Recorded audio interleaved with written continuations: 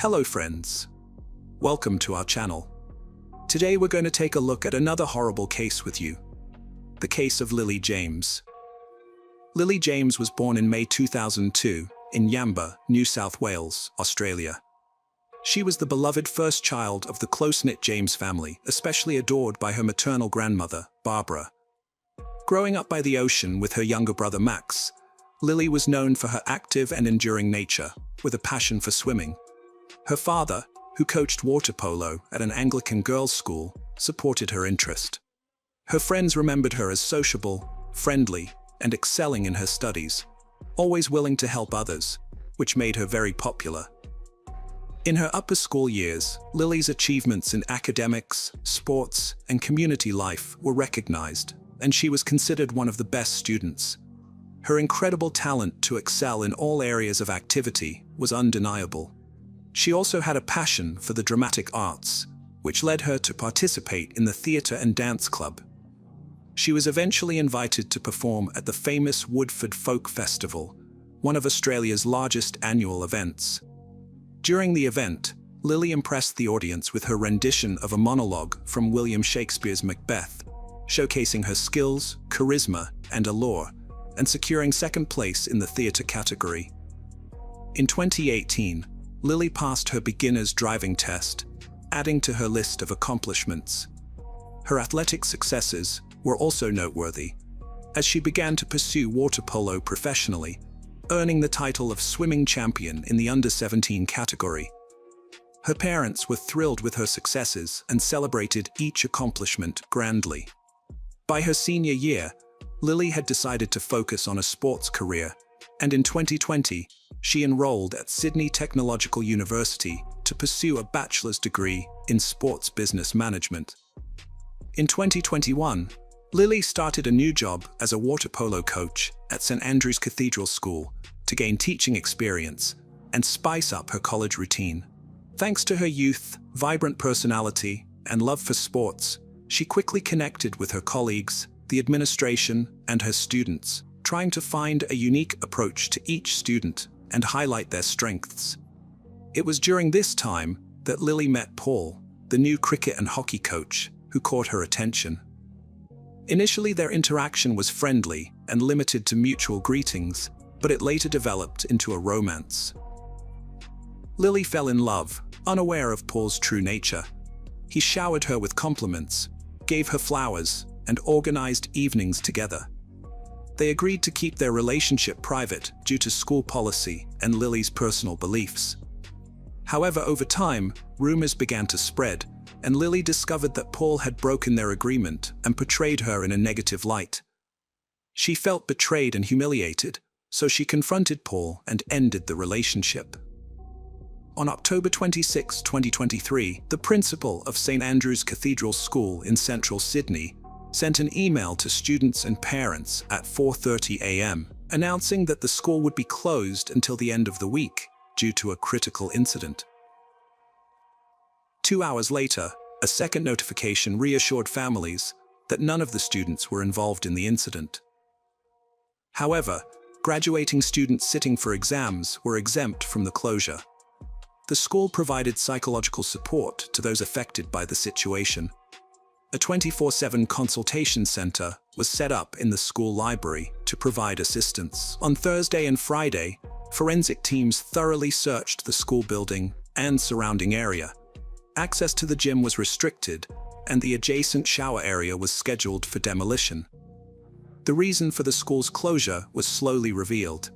On October 25, 2023, around midnight, the body of 20-year-old Lily James, the school's water polo coach, was found in the school shower. She had last been seen alive at 7 p.m. Surveillance cameras showed someone following her around 8 p.m., but the pursuer left alone and exited the school. Lily's parents raised the alarm when she failed to contact them, and the police were informed. A night guard discovered her body in a pool of blood with severe head injuries. After recovering from the shock, he called emergency services. Later, detectives invited a family friend to identify the body, which was difficult due to the severity of the injuries. The news of Lily's death sparked an outpouring of grief from the community. Her home was filled with friends, neighbors, and acquaintances offering support to her family. Locals also paid their respects, leaving flowers and toys outside her home, creating a memorial. In a shocking twist, another tragic death occurred on October 27, 2023, at 8 a.m., just 11 miles from the scene of Lily's death. A man's remains were discovered on the rocks of Diamond Bay Reserve, near Vaucluse, an eastern suburb of Sydney. After the police were called, a rescue team was quickly assembled, including a bomb squad, Marine Corps, and a rescue helicopter. At 3:30 p.m., they recovered the man's body and took it to forensic experts for identification. Due to the severity of his injuries from a high fall, visual identification was not possible, so fingerprints were used instead. The experts suspected the man's identity, but they needed confirmation.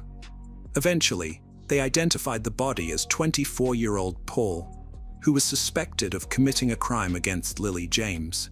Investigators now had to piece together the connection between the two fatal incidents and uncover what had happened between them. Paul's later attempts to make amends and apologize were rebuffed by Lily, who remained unforgiving. She took comfort in the fact that their brief relationship had at least revealed his true nature to her. Born in 1999 in the Netherlands, Paul came from a wealthy and prominent family. When his father's job required a move to Australia in 2015, Paul and his family relocated. As an only child, he received excessive attention and pampering, which contributed to his selfish and entitled personality. Paul thrived academically and athletically at St. Andrew's Cathedral School, where he excelled in cricket and eventually became team captain. He was also involved in organizing extracurricular activities and festivals. While some of his peers found his confidence off-putting, he was charming and charismatic around girls. After graduating in 2017, Paul landed a job as an assistant coach for cricket and hockey. By early 2018, he took over the management of these sports teams. Despite feeling confident in his new role, Paul suddenly resigned and returned home to his family for unknown reasons. Back home, Paul pursued further education, earning a master's degree in sports management. During a conversation with old friends, he revealed that he had honed his coaching skills, which led to a lucrative job offer from his former employer. By early 2020, Paul returned to his old school. Upon his return to Australia, Paul reunited with a former friend, and they decided to split housing costs. Paul preferred shared living, despite being able to afford a solo apartment. Their economically priced apartment was in Kensington, a suburb of Sydney. Initially, the friends got along, socializing at bars after work. However, a few months later, tensions arose, and Paul decided to live alone due to their conflict. The Theson's son, Paul, felt isolated despite being constantly surrounded by people. His parents suspected he had not had a serious romantic relationship. In March 2020, an 18-month lockdown in Australia, Paul was stuck in the country, unable to visit his family due to the risk of infection. The strict quarantine measures affected every aspect of life, forcing Paul to rely on himself. By summer 2021, life had returned to normal. However, it became apparent that the isolation had taken a toll on Paul's relationships. When he resumed his activities, people noticed a change in his character and behavior.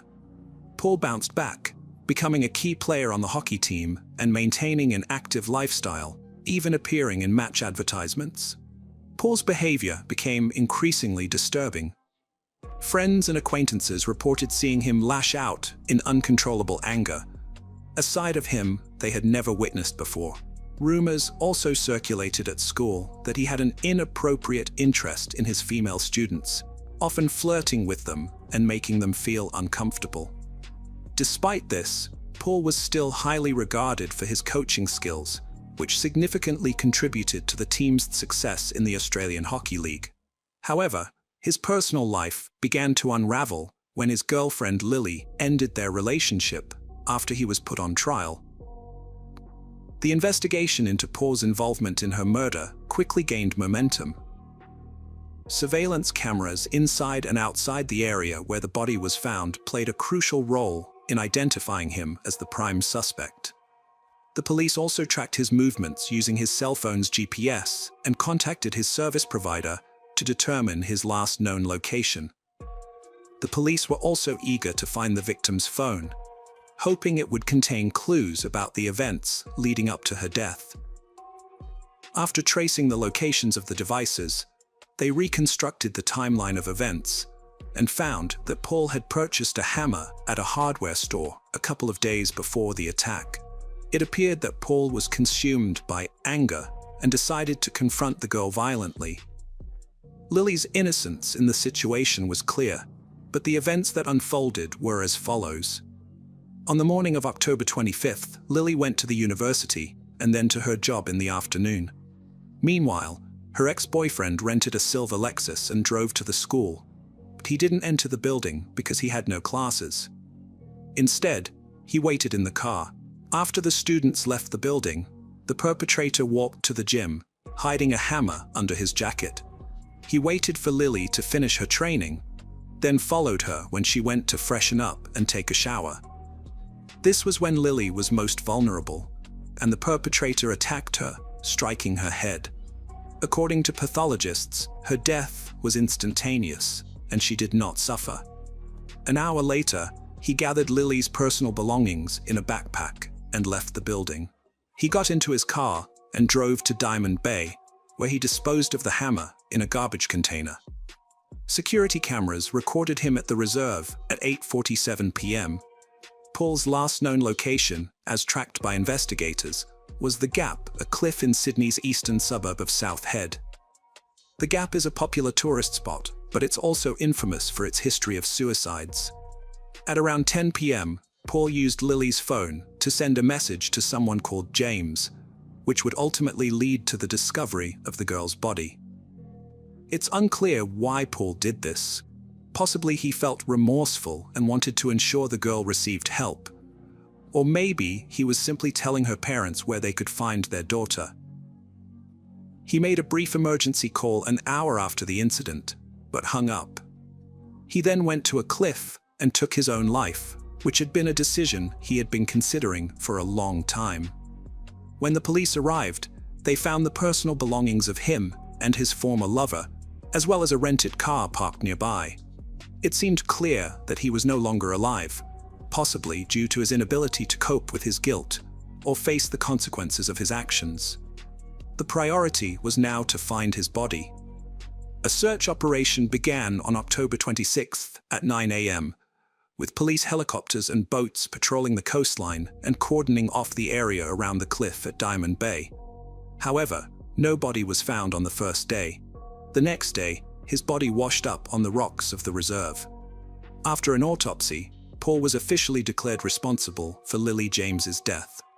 Although it was impossible to hold him accountable due to his own death, the criminal case was closed. His parents received his body and decided to cremate him and scatter his ashes in Sydney, rather than returning him to the Netherlands. Lily's funeral was held on November 17, 2023, at her former school in Hurstville, where around 500 people gathered to bid farewell to a loved one, friend, and coach. The school administration arranged a live broadcast of the ceremony. In line with Lily's lively and vibrant personality, her family requested that attendees wear bright colors instead of traditional dark attire. The ceremony was filled with heartfelt tributes to Lily, as speakers shared warm and sincere words about her. The James family expressed gratitude to everyone who had supported them during their difficult time. Outside the building, students and colleagues created a makeshift memorial featuring Lily's favorite flowers, accompanied by farewell letters as a sign of respect and admiration. After the investigation into Lily's tragic death was completed, the school management sent a follow-up email to parents, apologizing for the impact of the tragedy and assuring them that the incident was unforeseen and would not happen again. While many were shocked that a place of safety had been breached, the administration encouraged students to view this as an isolated incident and to continue their education with renewed enthusiasm. Renowned forensic psychologist Tim Watson Monroe, an expert in analyzing the minds of both criminals and victims, was consulted about Paul's actions. His analysis revealed that Paul's behavior was characteristic of individuals with inflated self-esteem who cannot accept rejection. According to Monroe, Paul did not act impulsively, but rather deliberately and without remorse. Monroe believed that Paul took his own life to avoid taking responsibility and facing shame for his actions. He described Paul as a narcissistic individual with psychopathic tendencies. Monroe also distinguished Paul's case from the tragic tale of Romeo and Juliet, as their narratives were fundamentally different. Ultimately, Paul's pride and ego clouded his judgment, leading him to make devastating decisions. He failed to appreciate the love and companionship of Lily, and instead chose deceit and betrayal. In the end, Paul's selfishness resulted in the loss of Lily's life, as well as enduring suffering for both their families. His actions were a bitter repayment for the care and attention he received from those who loved him. Hello friends. Welcome to our channel. Today we're going to take a look at another horrible case with you. The case of Sarah Yarborough.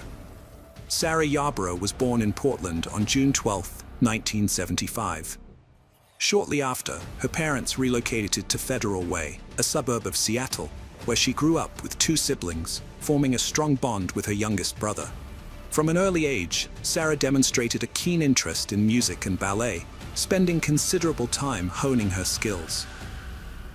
Her academic prowess earned her a spot in a school program that allowed her to travel to New Zealand twice. As she entered her teenage years, Sarah joined the cheerleading team at her high school, where she developed a large social circle. She was renowned for her kind and compassionate nature, often lending a helping hand to those in need. On Saturday, December 14, 1991, 16-year-old Sarah was supposed to meet her cheerleading team at the school building, where a bus would pick them up for an event. She drove her father's car to the school, but arrived at the wrong time, thinking the bus would arrive at 8 a.m. when it was actually scheduled for 9 a.m. As her friends gradually arrived at the meeting point, they couldn't find Sarah anywhere. Some students noticed her car in the parking lot, but she wasn't inside. Even when the bus arrived, Sarah was still missing. Her friends found this strange, but they had no way to contact her since they didn't have mobile phones at the time. Around the same time, two 12-year-old children were exploring the wooded area behind the tennis courts on the school grounds when they noticed something unusual. A man emerged from behind the bushes, took a breath, and walked away in the opposite direction. Although the children found this odd, they didn't pay much attention and continued walking. A few meters ahead, they stumbled upon a horrifying sight. A young woman lying unresponsive on the ground, who they thought might be dead. The children rushed back home to tell their parents, and one of the children's parents returned to the scene with them. Meanwhile, the other child's father decided to follow the suspicious man they had seen earlier. The child remembered seeing a car that resembled a Chevrolet Nova leaving the area, and since he lived near the school, his father decided to try to locate that car. After a while, he spotted a similar car, but unfortunately, he quickly lost sight of it and was unable to find it again. At the same time, the parents of the other child rushed to the school, where they discovered the young woman lying on the ground, likely dead. They promptly entered the school building and contacted the police. Upon arrival, the officers confirmed the young woman's death. They also quickly identified her as Sarah. The police deduced that the victim had been strangled, based on the marks on her neck. Some of her personal belongings, including her jacket, underwear, and socks, were found nearby. However, her purse and car keys were discovered in the school parking lot, leading investigators to suspect that the assailant might have attacked her near her vehicle and then dragged her behind the trees. The body was sent to forensic experts for examination, and the police initiated their search for evidence. As a first step, They interviewed everyone who was in the school premises and its surrounding area. The two boys who discovered Sarah provided a rough description of the man who emerged from behind the bushes near her body. They described him as a tall, approximately 20-year-old man with shoulder-length, reddish hair, wearing a dark coat and black trousers. Soon, the police located another witness, and this is where the story takes a surprising turn. A man out for a run observed a strange scene in the same wooded area. He saw a girl lying next to the bushes, with a man hovering over her. The girl was completely still, and the witness initially thought the couple was engaging in intimate behavior in that spot. However, when he ran back through the area in the opposite direction a few minutes later, both the man and the girl were still there, in the same positions. At no point did he suspect that a serious crime was being committed. The witness, a recent immigrant to the United States from a different cultural background, was uncertain about typical behavior in the country. Despite this, he was able to provide the police with a rough description of the attacker, which matched the accounts given by the children who found Sarah's body. The police interviewed dozens of people who had been near the school, but no other useful information came to light. The medical examiners who performed the autopsy on Sarah's body determined that the cause of death was strangulation. It appeared that the attacker had used his own socks to strangle her. A severe head wound was also found, and experts believed that Sarah had lost consciousness due to this blow, which correlated with the runner's account of seeing her lying motionless on the ground. Forensic experts analyzed Sarah's clothing and discovered traces of male DNA on nearly all her garments. However, at that time, in 1991, there was no DNA database to match these samples against, so investigators had to rely on direct comparisons with DNA samples from specific suspects. Another significant finding was that although forensic experts found male DNA on Sarah's clothing, the forensic doctor reported no signs of sexual assault on her body. Based on this information, investigators pieced together their own theory of what happened. Since Sarah had arrived at the school almost an hour early, and she was alone in the parking lot, it's likely that her attacker saw her, waited for her to leave the car, struck her on the head with an object, causing her to lose consciousness. The attacker then dragged her body behind some trees, where it was later found. The assailant removed some of her clothing, engaged in inappropriate acts, and eventually strangled her using her own socks. When the children who found Sarah's body reported the car they thought the attacker had fled in, detectives started searching for a Chevrolet Nova. They soon found one, but the driver proved to have an alibi. He had just delivered donuts that morning, and his DNA didn't match the DNA on Sarah's clothes. It seemed the kids had simply seen the car driving by and mistakenly assumed the killer was inside. In fact, none of them could recall for certain whether they had seen a man get into a car from the bushes.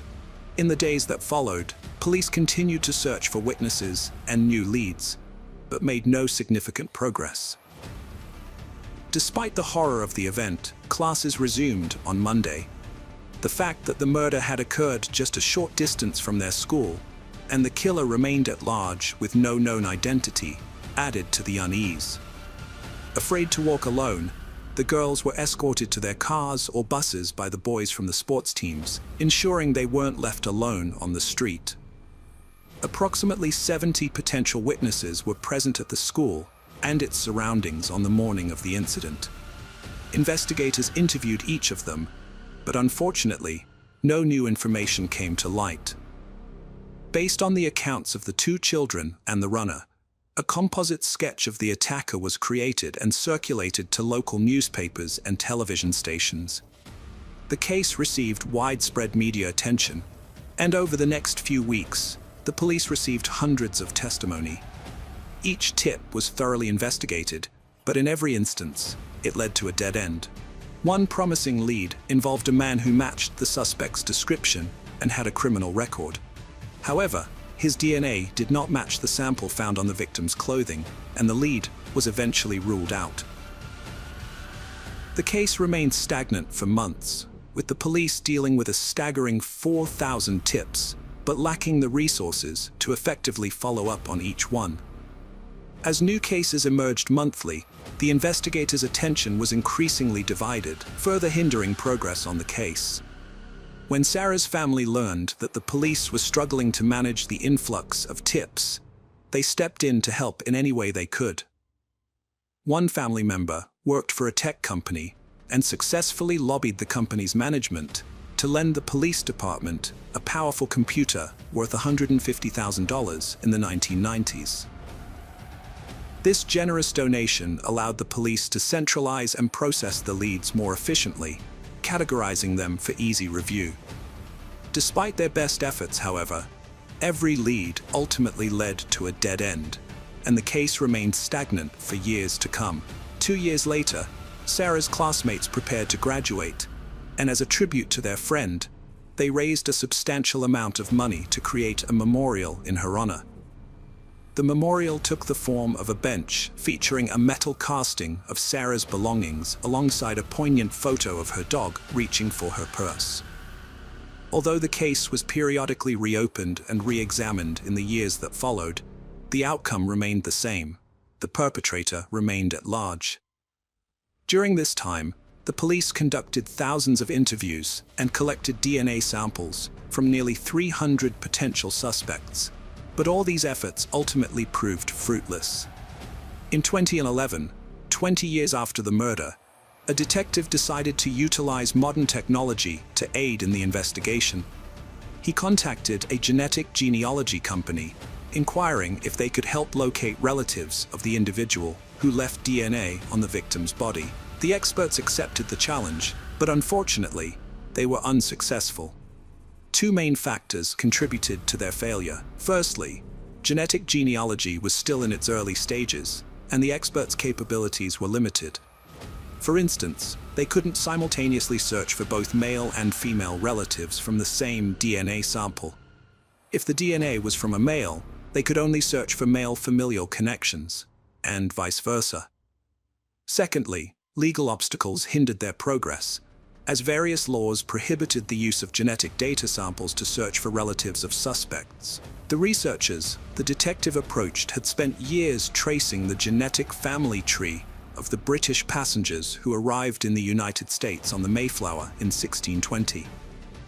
By analyzing the DNA of Sarah's attacker, they found a link to one of the ship's passengers, Robert Fuller. However, tracking the attacker's lineage proved extremely difficult, especially considering the passage of time.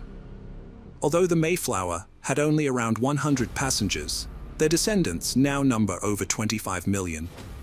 Despite the initial setback, this was the first time genetic genealogy had been used to solve a crime. The detective gathered available information and identified several local residents with the surname Fuller.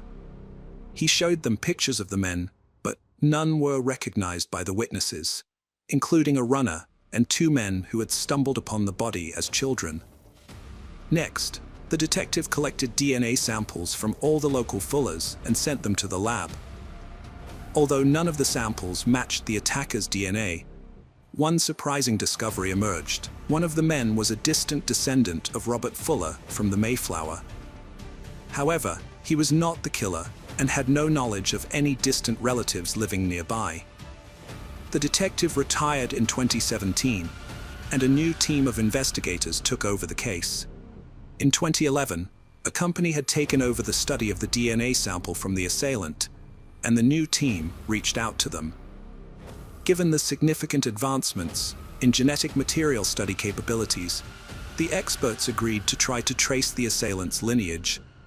Over the next 2 years, they painstakingly worked through public databases to find even the most distant relatives of the assailant, then manually traced their family connections to individuals who lived during the time of Sarah's death.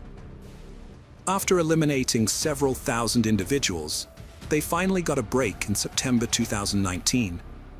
They identified 2 new potential suspects, brothers Edward and Patrick Nicholas, who were descendants of Robert Fuller. The experts concluded that it was highly probable that a DNA sample found on Sarah's clothing belonged to one of the brothers at the time of the murder. The older brother, Edward, was a career criminal with a long history of violent offenses, and his DNA profile was already in the FBI database, ruling him out as a suspect in Sarah's murder.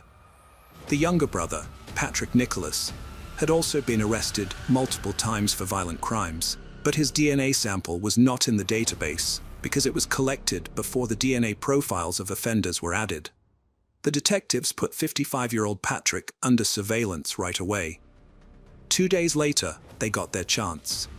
Patrick went to the laundromat, and while waiting for his clothes to wash, he stepped outside to smoke a cigarette. When he was done, he carelessly threw the butt on the ground. One of the officers quickly picked it up and put it in an evidence bag, then returned to his car.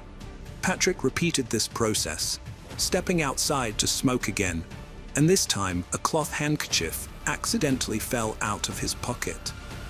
The police thought it wise to take this second piece of evidence, just in case they couldn't get a DNA sample from the cigarette butt. As it turned out, the forensic experts had no problem obtaining samples from both items. The next day, they had the long-awaited news for the detective. Patrick's DNA matched the traces found on Sarah's clothing back in 1991 perfectly. The judge immediately issued a warrant for Patrick's arrest, and the police took him into custody. It took investigators 5 days to identify the suspect and formally charge him with murder. Once his biography was made public, an obvious question arose. Why had a man with such a criminal history not been considered a suspect for 28 years? Patrick Nicholas, at 19, had attempted to assault a young woman who managed to escape by jumping into a river and swimming to safety. He was later arrested and spent 4 years in prison. In 1994, he was arrested again for trying to assault a minor, but his DNA was not recorded in any database because the charge was not serious enough. Over the next 3 decades, his name never surfaced during investigations, and he didn't appear in over 4,000 leads. It was eventually revealed that genetic genealogy experts couldn't trace him back to Robert Fuller because Patrick was adopted and grew up with a different surname. One of the men who discovered Sarah's body when they were children in 1991 immediately asserted that Patrick was undoubtedly the same killer. He admitted that the incident had deeply affected him, as he was only 12 years old when the body was discovered, and the perpetrator had seen his face for many years. The witness lived in constant fear that the killer would come after him, and only after Patrick's arrest did he finally feel safe. Patrick's trial did not start until 2023. Despite claiming innocence, the main piece of evidence, his DNA on the victim's clothing, was a major obstacle. His lawyer attempted to argue that the presence of Patrick's DNA did not necessarily mean he was guilty, but this claim was dismissed. The lawyer also questioned the accuracy of the DNA analysis, but experts deemed this entirely unreliable. In the end, Patrick was found guilty of first-degree murder without premeditation on May 25th. He received a prison sentence of 45 years and 8 months, effectively ensuring he would never be released. At the sentencing, Patrick remained emotionless, in contrast to Sarah's family, who thanked the judge, trial participants, and investigators for bringing the killer to justice after 28 years of evasion. Welcome to our channel. Today, we're going to take a look at another horrible case with you, the case of Ada Betty Cuadros Fernandez. Ada Cuadros was born on September 13, 1977, in the coastal town of Chimote, Peru, to Victor Cuadros, a veterinarian, and Elle Fernandez, a teacher. As the eldest of 4 siblings, Ada consistently excelled academically, winning knowledge contests and enjoying a happy childhood. Growing up, Ada spent a lot of time with one of her sisters on their grandparents' farm, developing a strong connection with nature and animals. This period was one of the happiest times of her life. Ada's family was middle class, not poor, but not wealthy either. During her teenage years, she sought ways to contribute financially, forming an entertainment group with her sister and a friend to perform at children's parties. After high school, Ada enrolled in a private university to study law. But unfortunately, her family's financial situation made it impossible for her to continue, and she was forced to drop out. Despite this setback, Ada was determined to succeed and support her family. With the goal of building a better life in mind, Ada applied for a US visa through the lottery program. Like many young people from Peru and Latin American countries, Ada viewed the United States as a land of unlimited opportunities. She was determined to migrate, work hard, earn a better income, and create a brighter future for herself and her family. Her family was overjoyed for her and sold some of their belongings to gather enough money for her journey. Her initial destination was Texas, where she planned to stay with some relatives. In early 2004, Ada started working as a waitress at a restaurant. Later, she found employment with a company that placed nannies in households, which is how she met the Lazarchik family.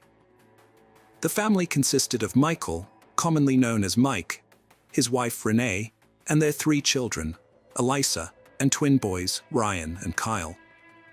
Little is known about the family's background, except that Mike and Renee got married in 2000, and shortly after, Renee became pregnant with their first child, Elisa. 4 months after Elisa's birth, Renee was expecting again, this time with twins Kyle and Ryan.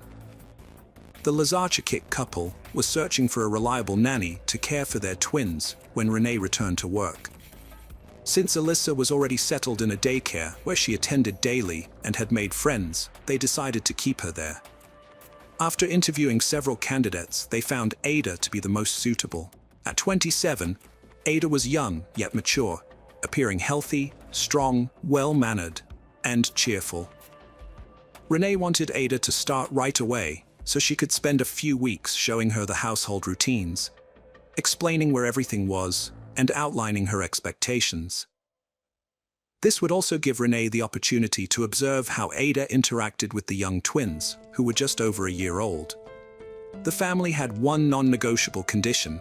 They required a commitment from Ada to stay with them for at least 18 months, which she agreed to. Initially, the agreement was that Ada would only spend her days at the Lazarchik household. But later on, they asked her to move in full-time, and she accepted. As a result, she only went back to her uncle's house on weekends. Everything seemed to be going well, and the Lazarchik family was more than satisfied with Ada's work and had grown to trust her completely. They had many happy memories, captured in photos, of Ada smiling and caring for the twins. However, the Lazarchik family's situation took a dramatic turn in the summer of 2005. Ada broke the news to them that her uncles were returning to Peru and then moving to Germany, and she intended to go with them, having already bought her plane ticket for October 29th. This was a blow to the couple, as it was not what they had originally agreed upon.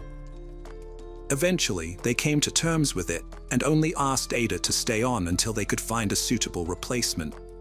They even asked for her help in finding and selecting her successor, and Ada agreed to assist them.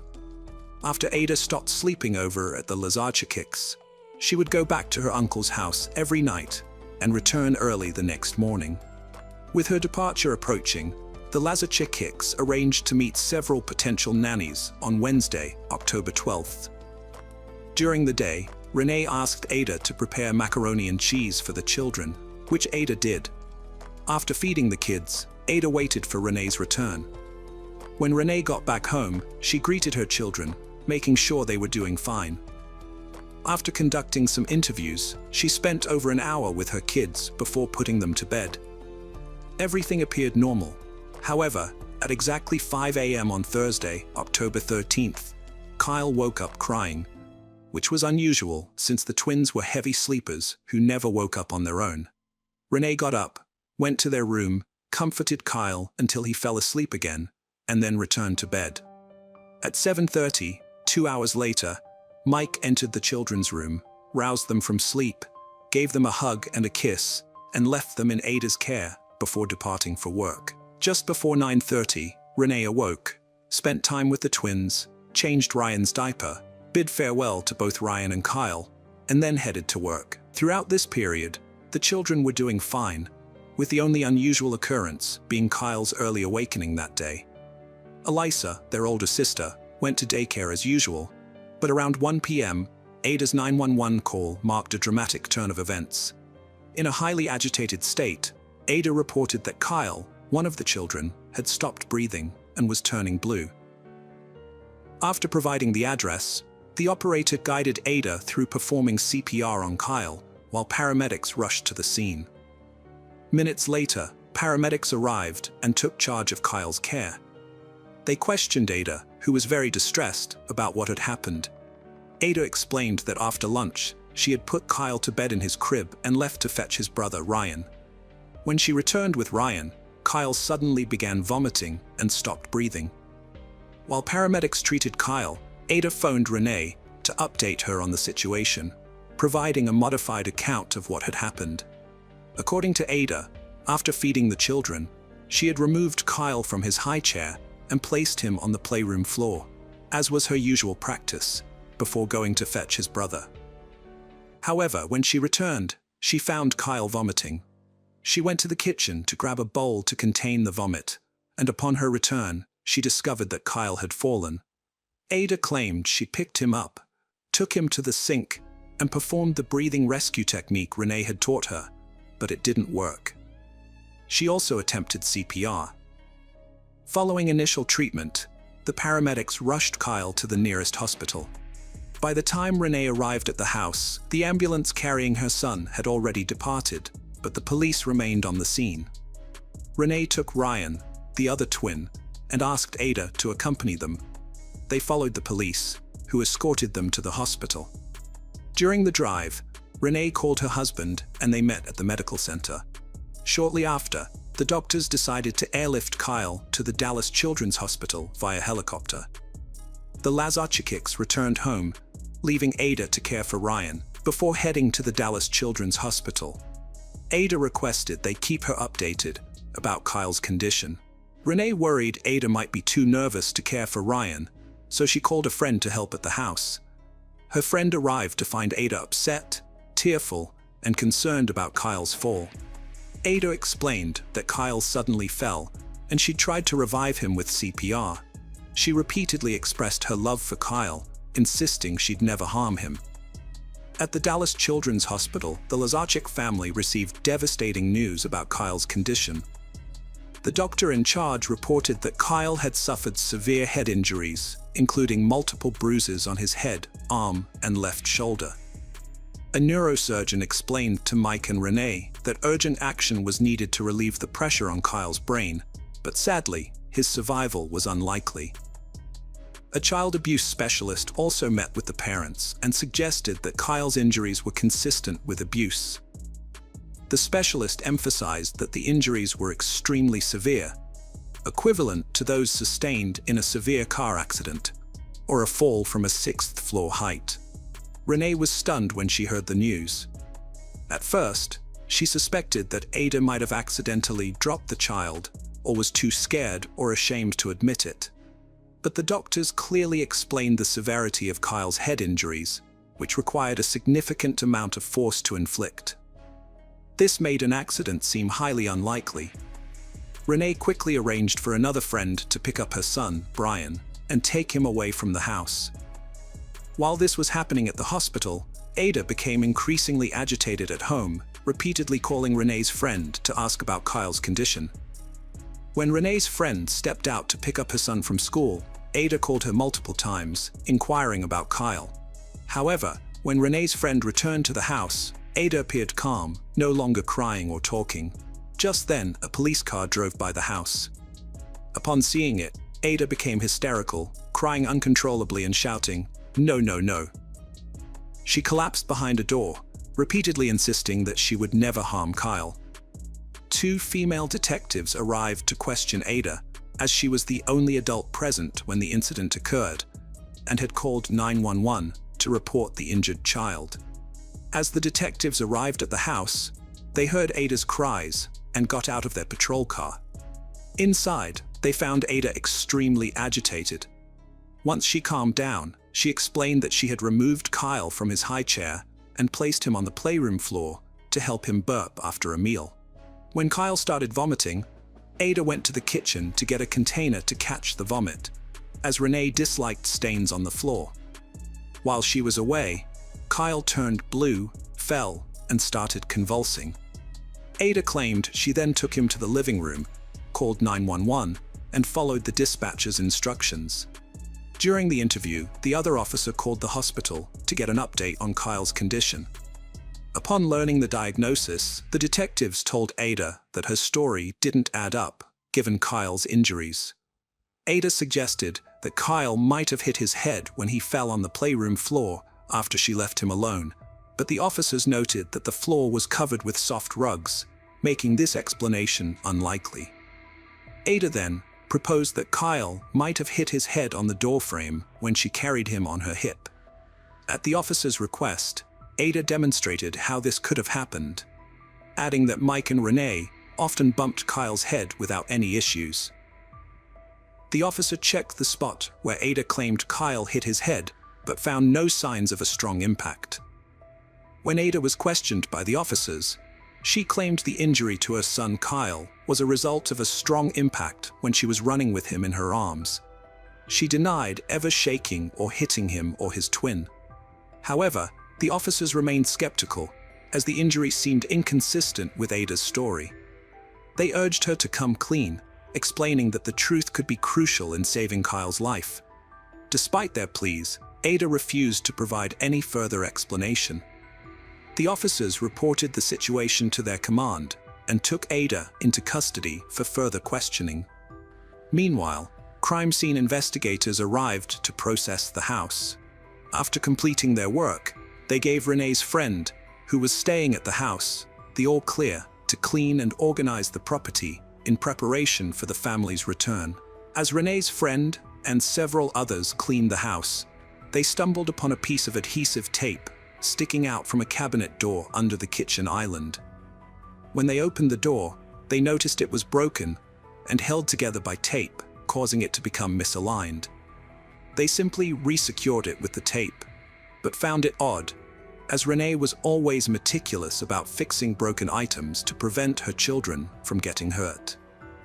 Their curiosity piqued. They decided to report the discovery to the police. Shortly after, investigators returned to the scene to collect potential evidence. Later, when questioned about the cabinet door, Renee stated that she frequently used that door and had never seen it being held shut with adhesive tape before. By Friday, October 14th, all of Mike and Renee's hopes had been dashed.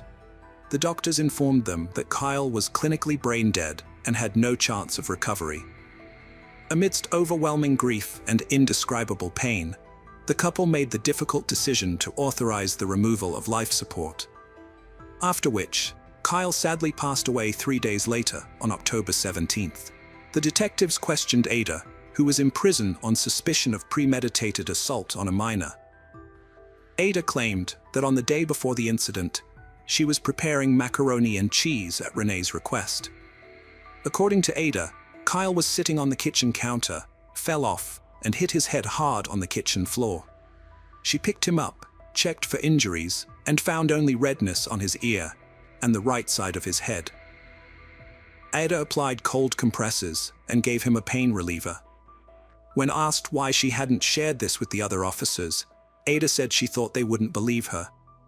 She didn't tell Renee because Renee had a severe headache when she got home from work and requested the lights be turned off and the house be kept quiet due to her migraines.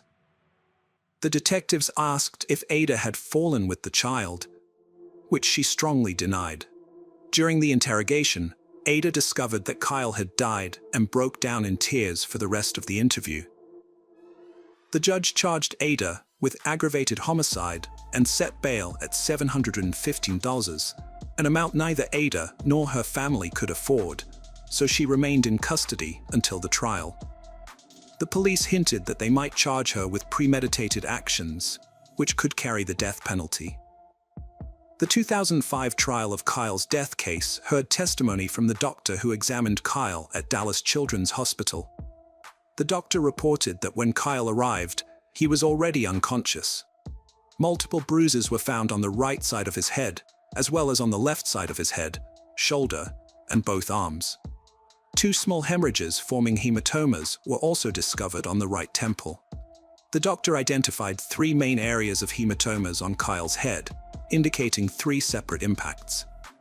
The bruises were relatively recent, with one possibly 12 to 16 hours old. Internally, Kyle suffered from brain and retinal bleeding, consistent with severe trauma, and despite no broken bones, his brain tissue was significantly swollen, with an increased head pressure of 90 millimeters of mercury, far exceeding the normal 20 millimeters. Based on these findings, the doctor concluded that Kyle's injuries were consistent with severe blunt force trauma, likely caused by hitting his head against a hard object.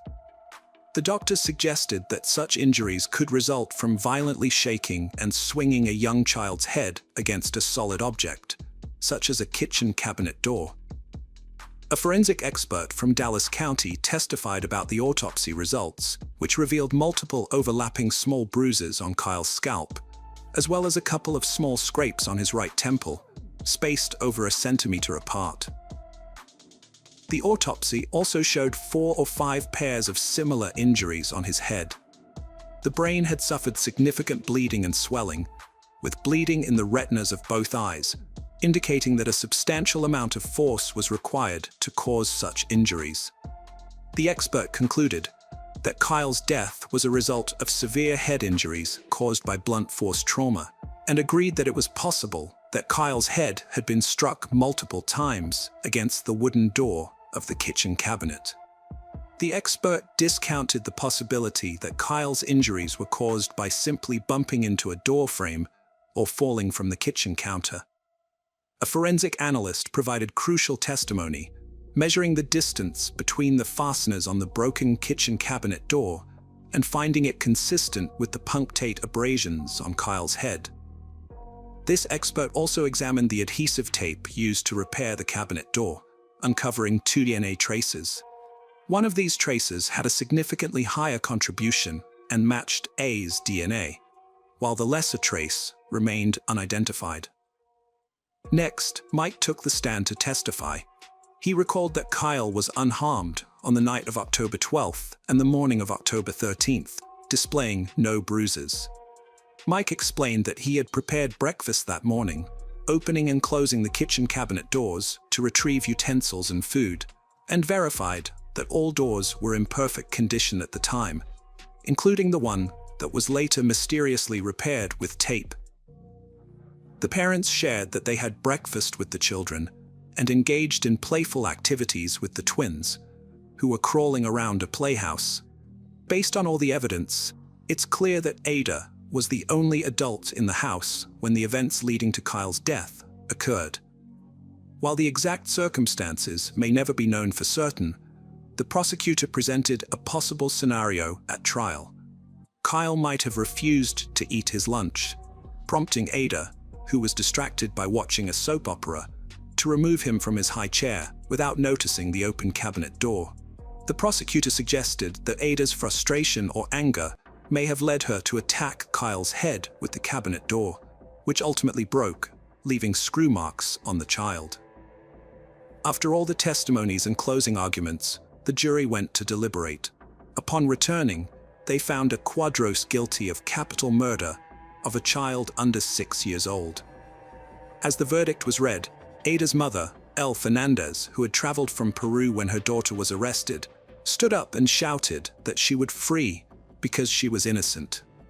She proclaimed that there was no evidence to convict her daughter and vowed to start over an appeal.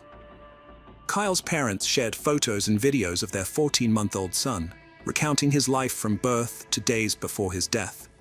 Family members spoke, while others cried. Sentenced to life without parole in 2006, Ada's family refused to give up, citing racial prejudice and poor defense. They sought appeal funding from Peru, U.S. communities, and solidarity groups. In prison, Ada consistently proclaimed her innocence and seized every opportunity to reiterate it in interviews. Her persistence eventually paid off when, in 2009, her lawyers filed an appeal, highlighting 5 specific mistakes made during the initial trial. The appeals court reviewed the case and dismissed 3 of the claims, but upheld 2. This was sufficient for the judges to quash the conviction and declare the trial null and void due to irregularities. In the aftermath of this ruling, Ada's family launched a new fundraising campaign to raise the $100,000 required to cover the costs of a new trial. It took 3 more years to prepare for the new trial, which finally began on July 10, 2012. The jury selection process started with over 100 candidates, and eventually 12 jurors were chosen.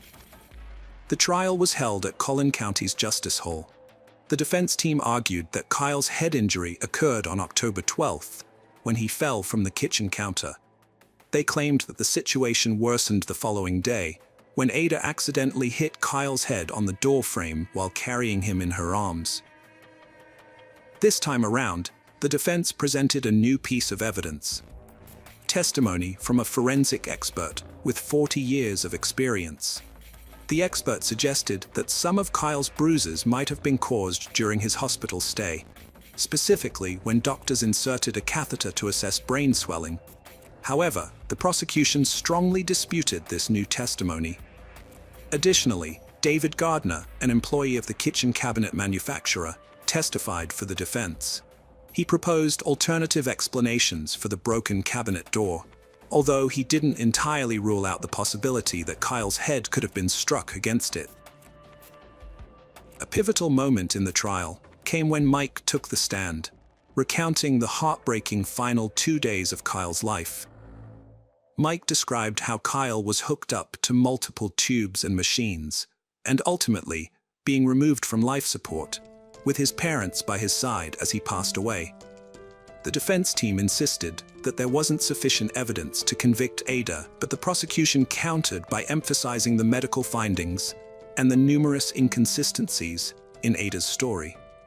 Following the conclusion of the trial, the jury deliberated for 5 hours, even requesting to review the 911 call recordings once more. In the end, they delivered a verdict. Ada Quadros, aged 33 at the time, was guilty of capital murder, and she was sentenced to life in prison without the possibility of parole. In prison, Ada occupied herself by joining the volleyball team, learning Braille, and entering an art competition in which she won with a portrait of the Virgin Mary. She sold her winning artwork to raise money for a new appeal. Despite being behind bars, Ada remains adamant that she is innocent, and her spirit remains unbroken. From her cell, she and her family persist in their efforts to secure an appeal, hoping to prove what they believe to be the truth. Friends, welcome to our channel. Today we're going to take a look at another horrible case with you. The case of Kaylee Mandadi.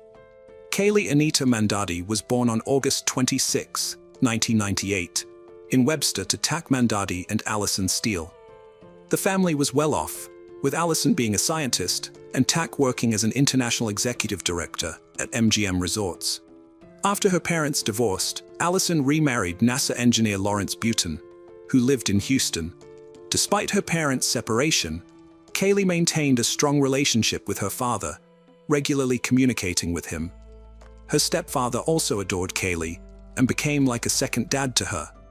Kaylee was not only a grateful and loving daughter and granddaughter, but also an excellent student, team member, sister, and friend, known for her infectious laughter and kind heart that could light up any room. Kaylee excelled academically and was actively involved in various extracurricular activities in school, including horseback riding, piano playing, and theater performances. She was also a dedicated Girl Scout and enjoyed spending time with her friends and family, whether it was hiking with her parents or running around the neighborhood. After graduating with honors from Clear Creek High School in League City, Texas, in 2016, Kaylee went on to study communications at Trinity University in San Antonio. With her dark hair and radiant beauty, she quickly became popular among her peers, leading the football team's cheerleading squad and making many friends. Kaylee was always eager to try new and exciting things, from exploring uncharted territories to participating in extreme sports. Her love for animals led her to volunteer with an animal therapy group, where she found joy in helping others. During a football game, Kaylee met Mark Houghton, a 22-year-old athlete and professional baseball player. At first, she didn't notice him as she was already smitten with someone else. However, Mark was immediately captivated by her charisma and striking features, particularly her large black eyes. Mark and Kaylee's first 2 meetings didn't go smoothly, but Mark didn't give up. By September 2017, they had officially started dating. From the start, their friends and acquaintances thought they were a mismatched pair because they were both emotional and had short tempers. Their relationship was lacking in compromise and was characterized by heated arguments and confrontations from the beginning. The young couple's passion often turned to jealousy, leading to frequent quarrels. Friends who witnessed their relationship reported that Kaylee often had bruises on her arms and legs. A close friend shared a particularly disturbing incident in which Kaylee was too afraid to retrieve her phone from Mark and asked the friend to do it for her. Things eventually escalated to a frightening point where Mark became aggressive, threatened violence, and even pulled out a gun. Kaylee was aware that her boyfriend Mark had a jealous temper, and their loud arguments were frequent. Although she never wanted their fights to be public knowledge, she acknowledged that she wasn't blameless in their disputes. However, on September 24, 2017, her roommates intervened, calling the police around 1 a.m. after hearing loud noises and Mark yelling threats from Kaylee's room. When the police arrived, they found Mark alone in the room. Kaylee refused to press charges, downplaying the incident as just a lover's quarrel. Nevertheless, her friends suspected that Mark's anger issues were fueled by substance abuse and reported his violent threats, including an incident where he threatened to throw Kaylee off a balcony. Despite their tumultuous relationship, Mark and Kaylee had moments of deep love and affection. However, their bliss was short-lived, as their argument at the Luna Music Festival in San Antonio on October 29th, triggered by the unexpected appearance of Kaylee's ex-boyfriend, demonstrated. The fight was so intense that they left the festival early. Mark's black Mercedes arrived at a hospital 6 hours after their friends last saw them. He rushed out of the car, frantically waving and calling for help. In the front seat, medical staff found an unconscious, semi-nude girl. The car was in disarray, with Kaylee's clothes scattered around. She was slumped forward, resembling a lifeless doll. The medical staff rushed Kaylee to the emergency room on a stretcher.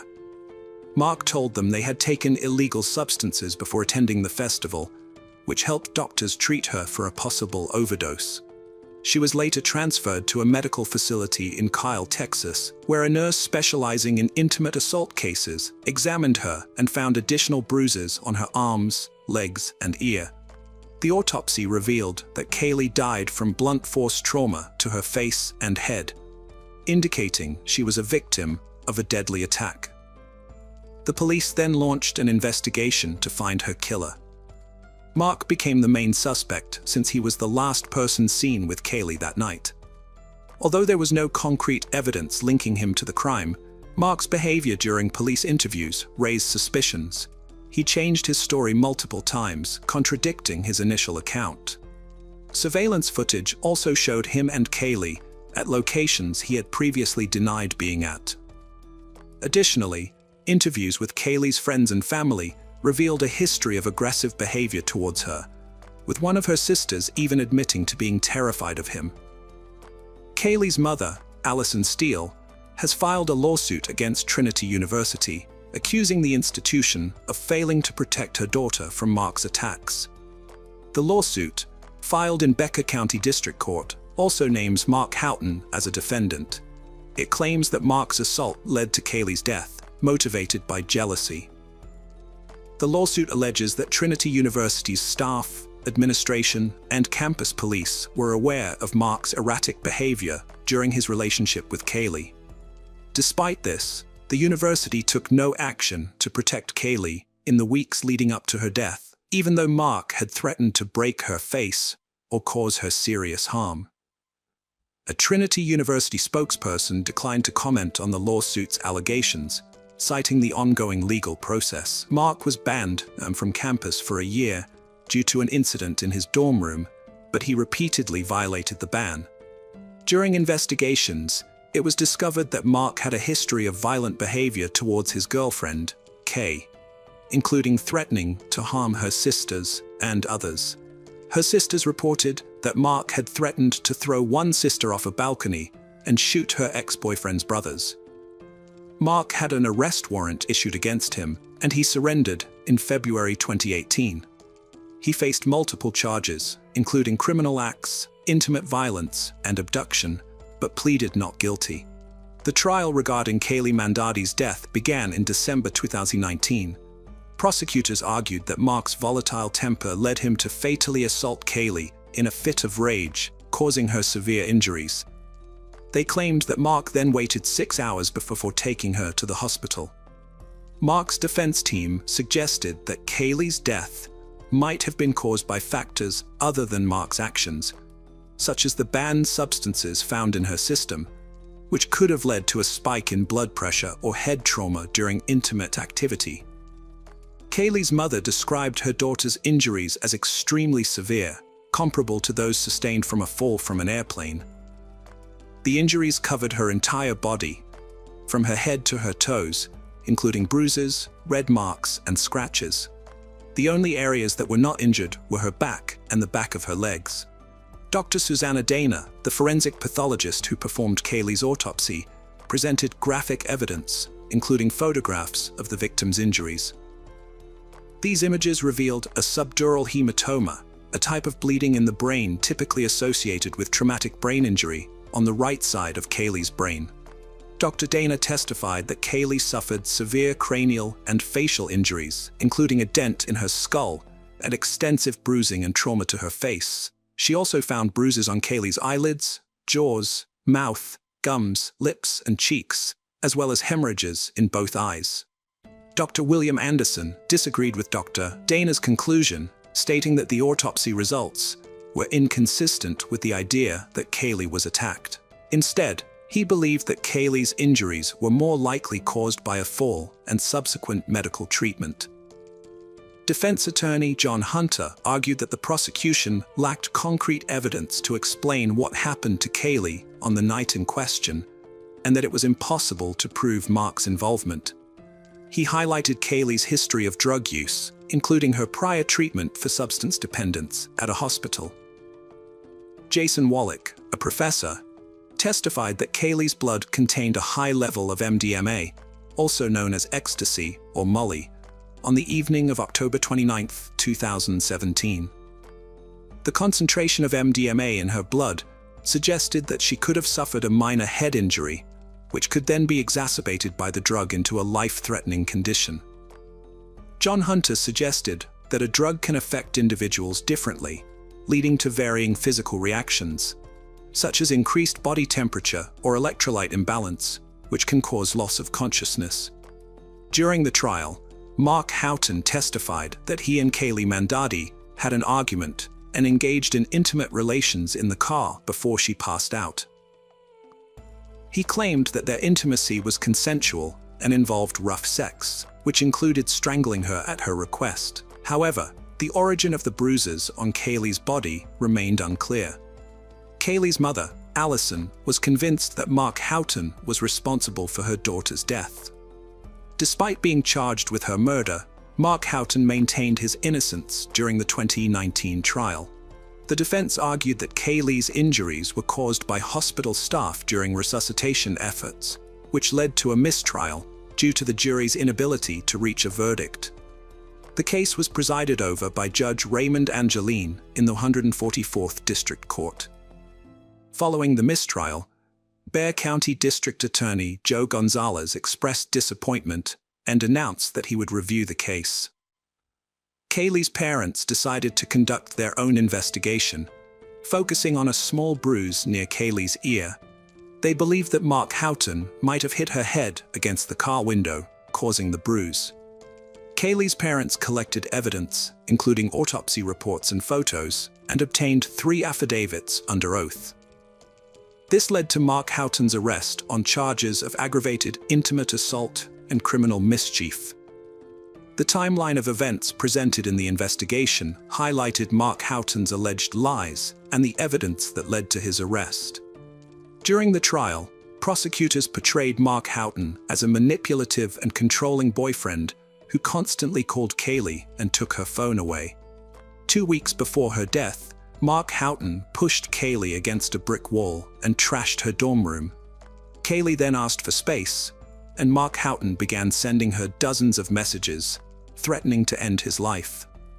The couple attended a festival where they argued over Kaylee's ex-boyfriend. Mark Houghton then took Kaylee to a deserted parking lot, where they stayed for over an hour. Prosecutors suggested that it was there that Mark Houghton attacked and killed Kaylee. Kaylee's family thanked the Texas Rangers for their work in bringing criminal charges against Mark Houghton. The prosecution considered presenting a video recorded by Kaylee's parents, but ultimately withdrew it due to potential complications. Mark Houghton was convicted of aggravated assault, causing harm that led to the death of Kaylee Mandadi. He was sentenced to 20 years in prison, with a $110,000 fine and restitution to Kaylee's family. He was also barred from contacting over 20 individuals involved in the case. Now over 30 years old, Mark is serving his sentence in Wilsey County Jail, eligible for parole in 2033. Although the conviction brought some closure to Kaylee's family, they felt the sentence was not enough for their loss. In the second trial, Mark faced additional charges, including aggravated assault and criminally negligent homicide. The prosecution presented a more comprehensive case against Mark, but the family was still dissatisfied with the outcome and sought a retrial. Kaylee's tragic story highlights the devastating impact of violence on young people and her family's quest for justice. Despite the conviction, Kaylee's family felt that the verdict did not serve justice for their daughter. In 2019, Kaylee's mother, Allison Steele, successfully lobbied the Texas legislature to expand the missing persons alert system in Texas. She also founded the nonprofit organization Kaylee's Calling, aiming to consolidate missing persons alert systems. Additionally, she established a nonprofit organization dedicated to providing public information about the Clear Alert, an emergency broadcasting alert in Texas for individuals aged 18 to 64. In 2021, Allison filed a civil lawsuit against Trinity University, alleging negligence in protecting her daughter. She claimed that none of Kaylee's guardians were informed that Mark Houghton had trashed her dorm room, giving him continuous access to her and making her vulnerable to manipulation. Despite being acquitted of the charge of ending a life, Mark was found guilty of aggravated assault, causing bodily harm. The family expressed satisfaction with the verdict, feeling relief that the legal proceedings had concluded, allowing them to begin the healing process. Losing a child is an agonizing ordeal, and sadly, it was a heart-wrenching journey that Kaylee's parents had to endure. Allison said they are still completely devastated by the loss of Kaylee, and asked those of faith to pray for her family, friends, and for justice in this matter. Welcome to our channel. Today we're going to take a look at another horrible case with you. The case of Chad Durman. Chad Durman, a 32-year-old man from Claremont County, Ohio, was married to 34-year-old Laura. They had a blended family with 3 young sons, Hunter 4, Clayton 3, and Chase 7, and a teenage stepdaughter, Alexis 16. Laura stayed at home to care for the children while Chad worked to support the family. On June 15, 2023, Chad arrived home from work earlier than usual and suggested taking a nap with his family. He invited Laura and their 3 sons to join him in their bedroom, where they spent some time laughing and chatting together. However, this joyful moment would soon turn into a horrific tragedy. After a few minutes, Chad got up and opened the gun safe next to their bed. He retrieved a MAR model HC-22 rifle, loaded it, and shot his 4-year-old son Hunter twice. The sound of the gunshot was heard by Alexis, who was watching TV in the family room. She rushed to the bedroom to see what had happened. As Alexis reached the doorway, she was met with a horrific scene, her brother being shot. Overcome with terror, she turned and fled as fast as possible. Meanwhile, Laura, who was with her kids, rushed to help her son Hunter, who had been injured. She yelled at the other children to run for their lives. Alexis saw the eldest boy fleeing in the wrong direction, towards a field, and shouted at him to keep running. Chad, however, was hot on his heels, and soon shot his own 7-year-old son, Clayton. As Clayton fell to the ground, bleeding severely, Chad stood over him, seemingly triumphant. Alexis witnessed this horror and was paralyzed with fear. She then turned and ran back into the house, grabbed her youngest brother, and fled to safety, desperate to save their lives. Chad pursued her, caught up, and pointed his gun at her, demanding that she hand over the 3-year-old, Chase. Alexis begged and pleaded with Chad to spare her life, but he tried to shoot her in the head, only to find he had run out of bullets. Alexis took advantage of the reprieve and escaped to the nearby fire station, where she frantically stopped a passerby to get help. At 4:15 p.m., a girl called 911 to report that her stepfather had killed everyone in her house. The police arrived at the scene 10 minutes later, at 4:25 p.m., and found Chad sitting on the porch with a rifle beside him.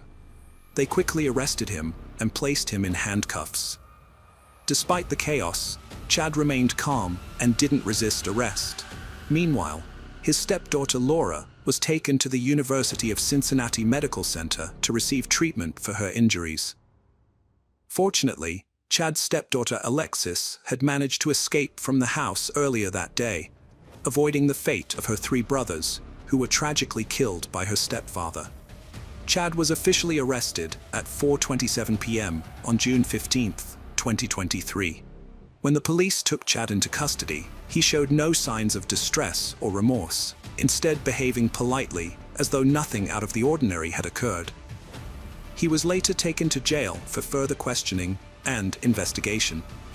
During the interrogation, Chad confessed to police that he had been planning the murders since October 2022.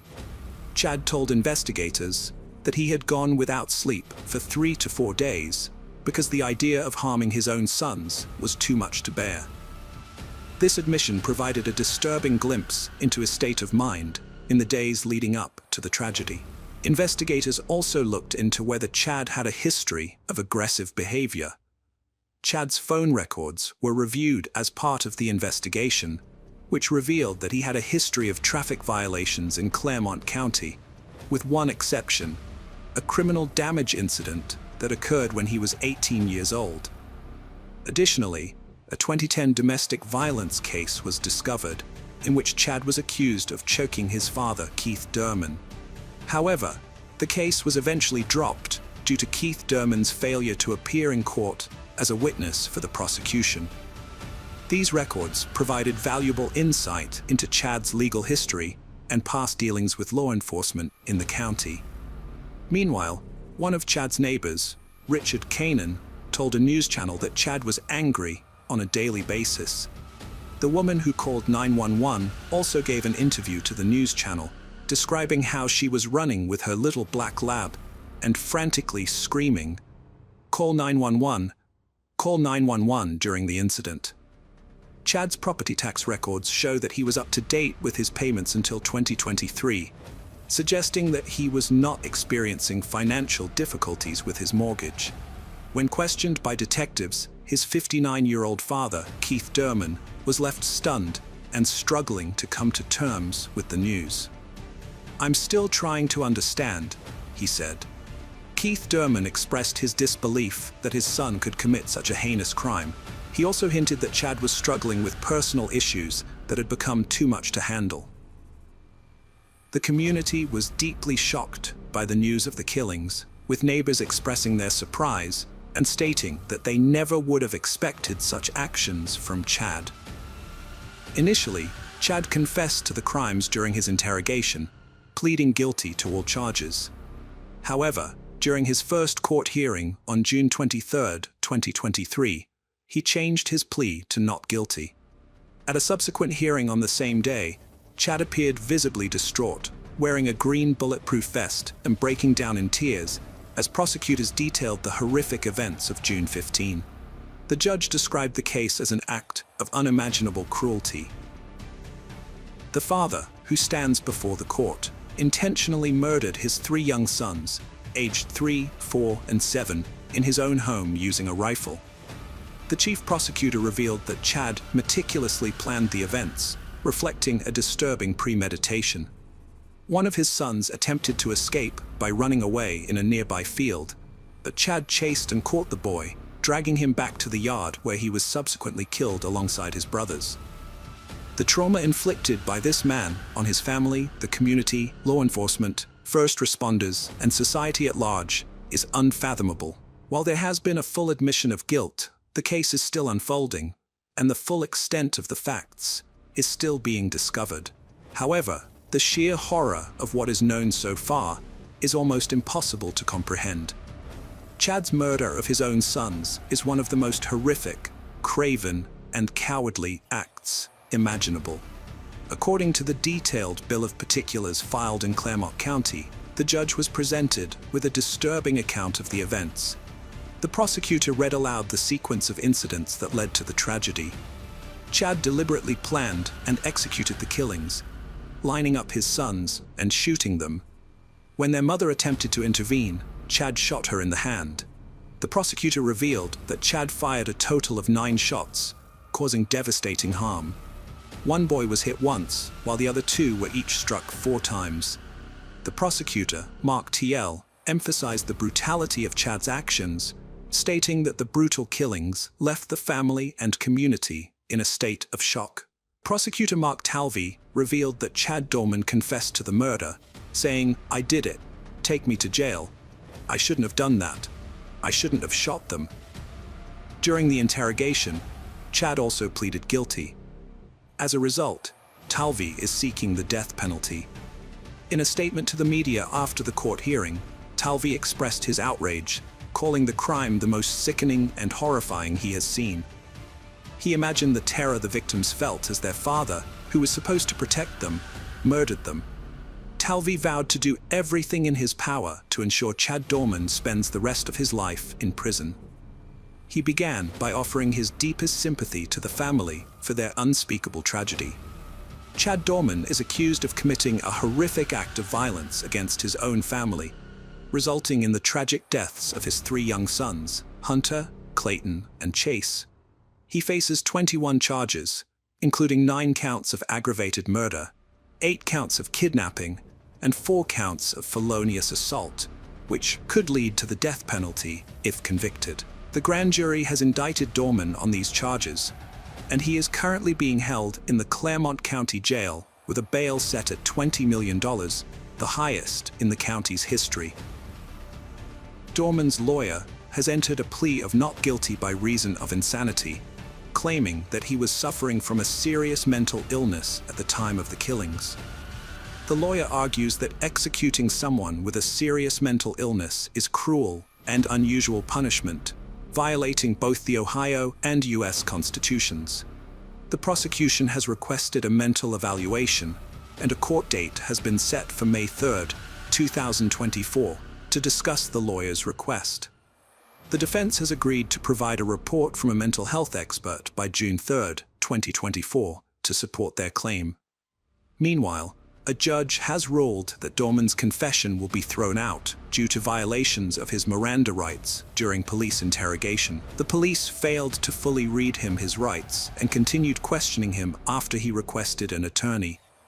Several witnesses, including police officers, have testified in court, describing their encounters with Dorman.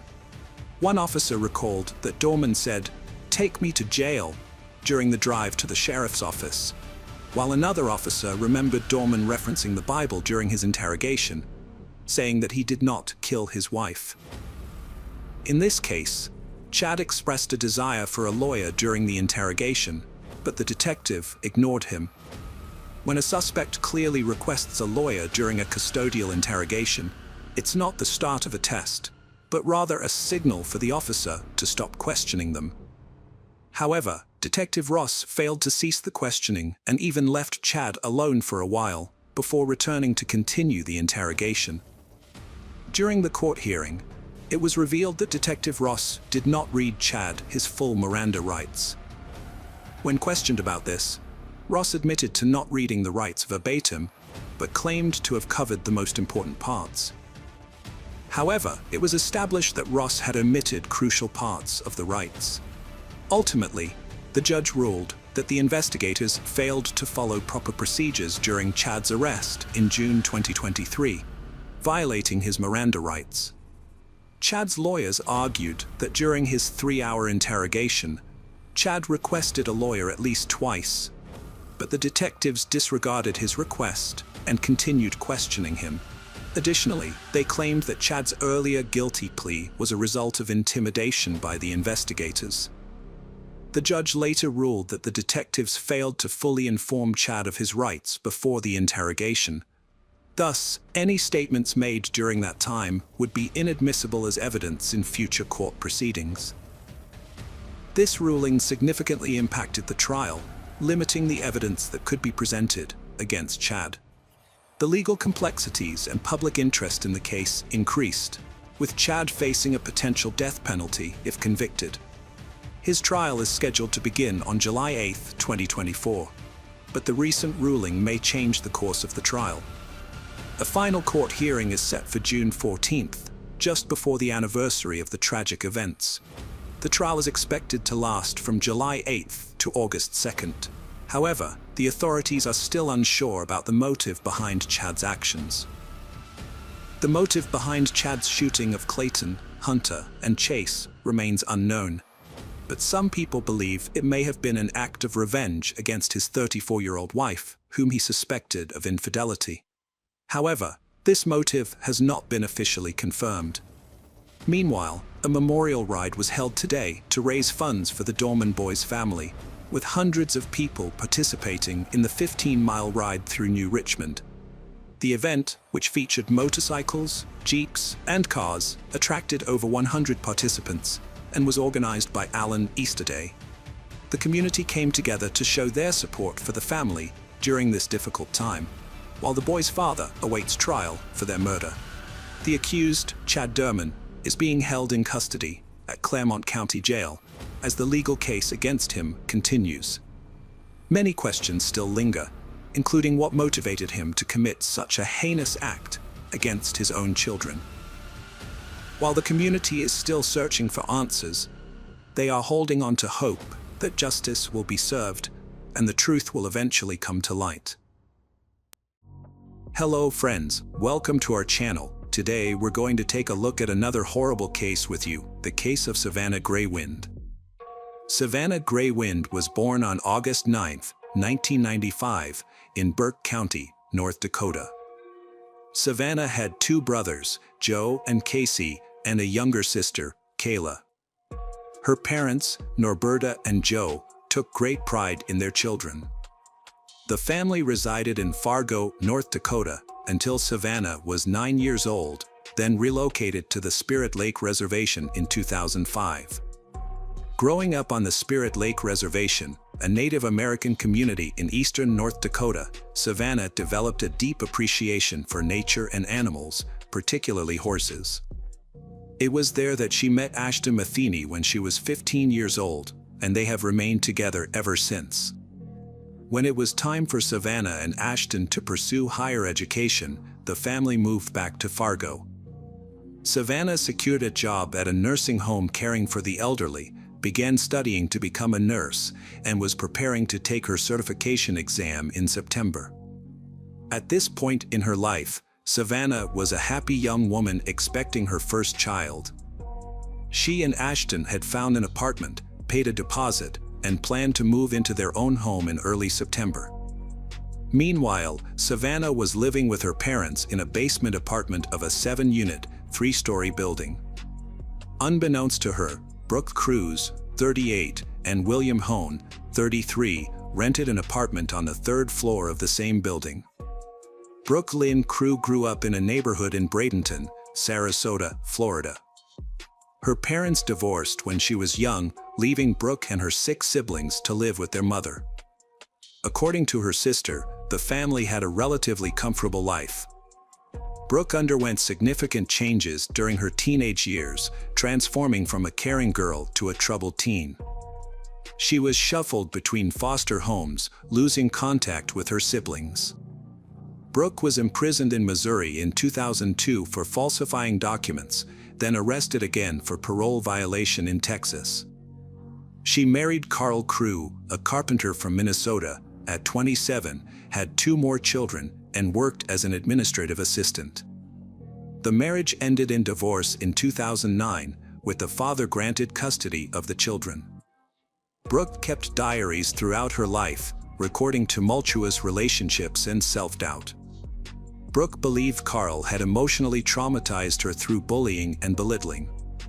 Despite this, she took steps to move forward, studying psychology and joining a dating site, where she met Andrew Murray, a chef from Australia. She relocated to Australia in late 2011. In January 2012, Brooke had an argument with her ex-husband over child custody. The situation escalated, and Brooke allegedly attacked him with a knife, leading to her arrest. She fled to Australia using false documents and married Andrew, but their 6-month marriage ended when he discovered her past. After returning to the US, Brooke was involved in a custody battle for her children. She then met William Hone, a 28-year-old convicted of child abuse, and fell in love with him despite his concerning past. Brooke began taking steps towards a fresh start, including finding a job in 2013. Brooke turned her hobby into a profession by studying psychology at Minnesota State University. She developed a particular interest in the psychology of serial killers and wrote a well-received paper. However, her personal life struggled due to a codependent relationship with William, marked by excessive drinking and substance abuse. Despite her outward success, Brooke's mental health deteriorated, leading to withdrawal, strained relationships at work, and a job change. Her obsession with dark human psychology exacerbated her emotional turmoil. The situation culminated on December 23, 2014, when Brooke lost custody of her children and was hospitalized for a panic attack, receiving a PTSD diagnosis. In 2015, Brooke wrote about feeling drained in her relationship with William Hahn. She felt he no longer made an effort to be intimate, and their moments together were brief and unsatisfying. As time passed, Brooke became withdrawn and isolated, exacerbated by a gallbladder disease diagnosis. The situation escalated in 2016 when William brutally beat her, pleaded guilty to assault, and was ordered to stay away. The relationship had deteriorated to the point where there were no longer any healthy moments. A major issue was that Brooke had become unable to have children following an abortion in 2011. Despite this, her partner William continually pressured her to have a child.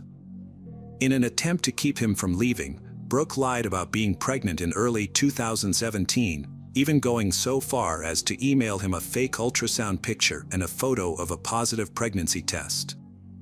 To further convince William, Brooke found a recording of a random baby's heartbeat online and presented it as the heartbeat of their unborn child. However, by August 2017, it became clear that Brooke was not pregnant. William, having already announced the pregnancy to those around him, was unwilling to admit the truth and instead demanded that Brooke produce a child.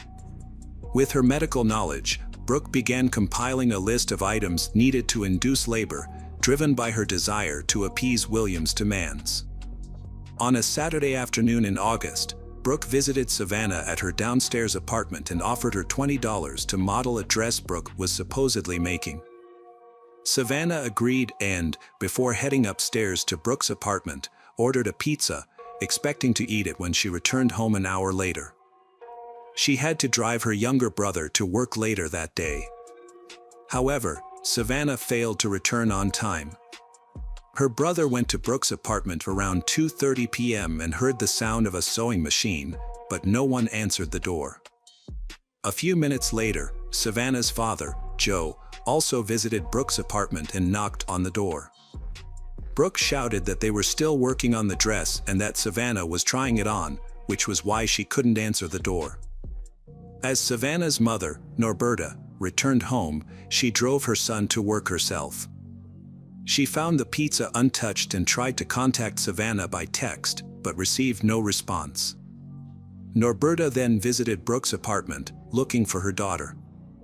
She noticed that Savannah's shoes, purse, car keys, and belongings were still in the apartment.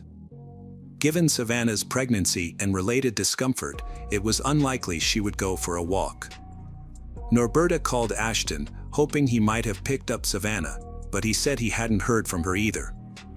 Later that day, the police searched Brooke and William's apartment, as it was Savannah's last known location. The landlord allowed them in and did not obstruct their search. However, since they didn't have a warrant, the police did not search closets or behind closed doors. The police department explained to the family that Savannah was an adult and capable of making her own decisions without informing her family. With no evidence of a crime having occurred in or near the home, investigators concluded that Savannah had left voluntarily. The family was upset by the police department's indifferent attitude towards the case. The police conducted 2 more searches of the apartment but found nothing. However, William would later admit that during one of the searches, he hid the baby in a suitcase and Savannah's body in a dresser with the shells removed. 2 days after the murder, they disposed of the dresser containing Savannah's body by dumping it into the river from a bridge. On August 23, 2017, William's co-workers informed the police that he had mentioned having a baby at home. That same day, neighbors of the apartment building reported hearing a baby crying from apartment number 5 and immediately contacted the police. With this new information, the officers obtained a warrant and returned to the apartment for a more thorough search, during which they found a live newborn baby girl. Brooke revealed that Savannah herself had secretly given her the baby just 2 days after Savannah's disappearance. According to Brooke, Savannah had previously expressed that she did not want the baby. In fact, Savannah had visited Brooke earlier to ask how she could induce labor on her own. Then, in the early hours of the morning 2 days later, Savannah showed up at Brooke's doorstep with the baby and handed him over. Savannah was reported missing, and the baby was taken into temporary custody by Cass County Social Services. A DNA test later confirmed the baby's parentage, and he was reunited with his father for a short period. 8 days after her disappearance, a fisherman discovered a body wrapped in plastic on the Red River near Harwood. The body was identified as Savannah's through a tattoo on her leg that read, "Too beautiful for Earth." Subsequently, Brooke, Crew, and William were charged with conspiracy to commit murder, conspiracy to kidnap, and providing false information to the police. They eventually began to confess to their crimes. Brooke initiated a physical altercation with Savannah, who was pregnant, by accusing her of stealing and mistreating her cat. The confrontation escalated into a physical scuffle, during which Brooke pushed Savannah, causing her to hit her head on the bathroom sink and lose consciousness. Brooke then used a knife to make a cut from hip to hip, intentionally harming Savannah and her unborn baby. Savannah repeatedly lost and regained consciousness while Brooke did this. When questioned, Brooke admitted that William was not aware of the impending plan.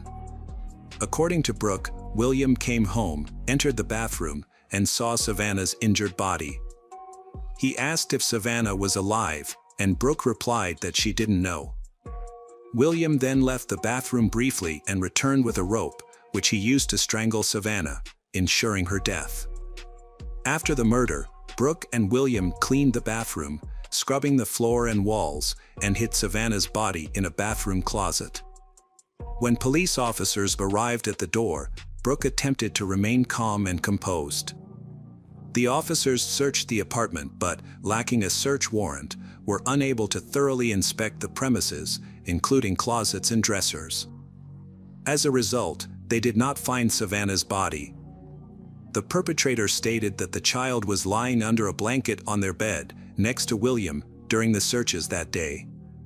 The child was calm and didn't cry, which is why they weren't discovered. However, By the third inspection on August 20th, the body had been moved and hidden in a dresser. Meanwhile, the infant was concealed in a suitcase. On the early morning of August 21st, the dresser was carried down the stairs, loaded into a Jeep Cherokee, and driven to a river, where it was disposed of. William denied participating in the crime but admitted to hiding the newborn baby girl and providing false information to law enforcement to cover up the crime. Brooke and William were set a $2 million bail, which William found unreasonable and unrealistic. Brooke Crew received a life sentence without parole. During the trial, William's involvement in the crime was not proven. However, Brooke's cellmate, Jennifer Robinson, testified against Brooke. According to Jennifer, Brooke claimed to have strangled Savannah with a rope after learning about Savannah's affair with William and suspecting that Savannah's child might be William's. On September 28, 2018, a jury acquitted William of conspiracy to commit murder. Nevertheless, on October 30, 2018, William was sentenced to life in prison for kidnapping, having pleaded guilty to the charge. The following spring, in May 2019, William appealed to the Supreme Court. After a sentencing review trial on October 7, 2019, Judge Olin stated that despite the Supreme Court's dissent, he would still impose the harshest possible sentence, which was 20 years in prison.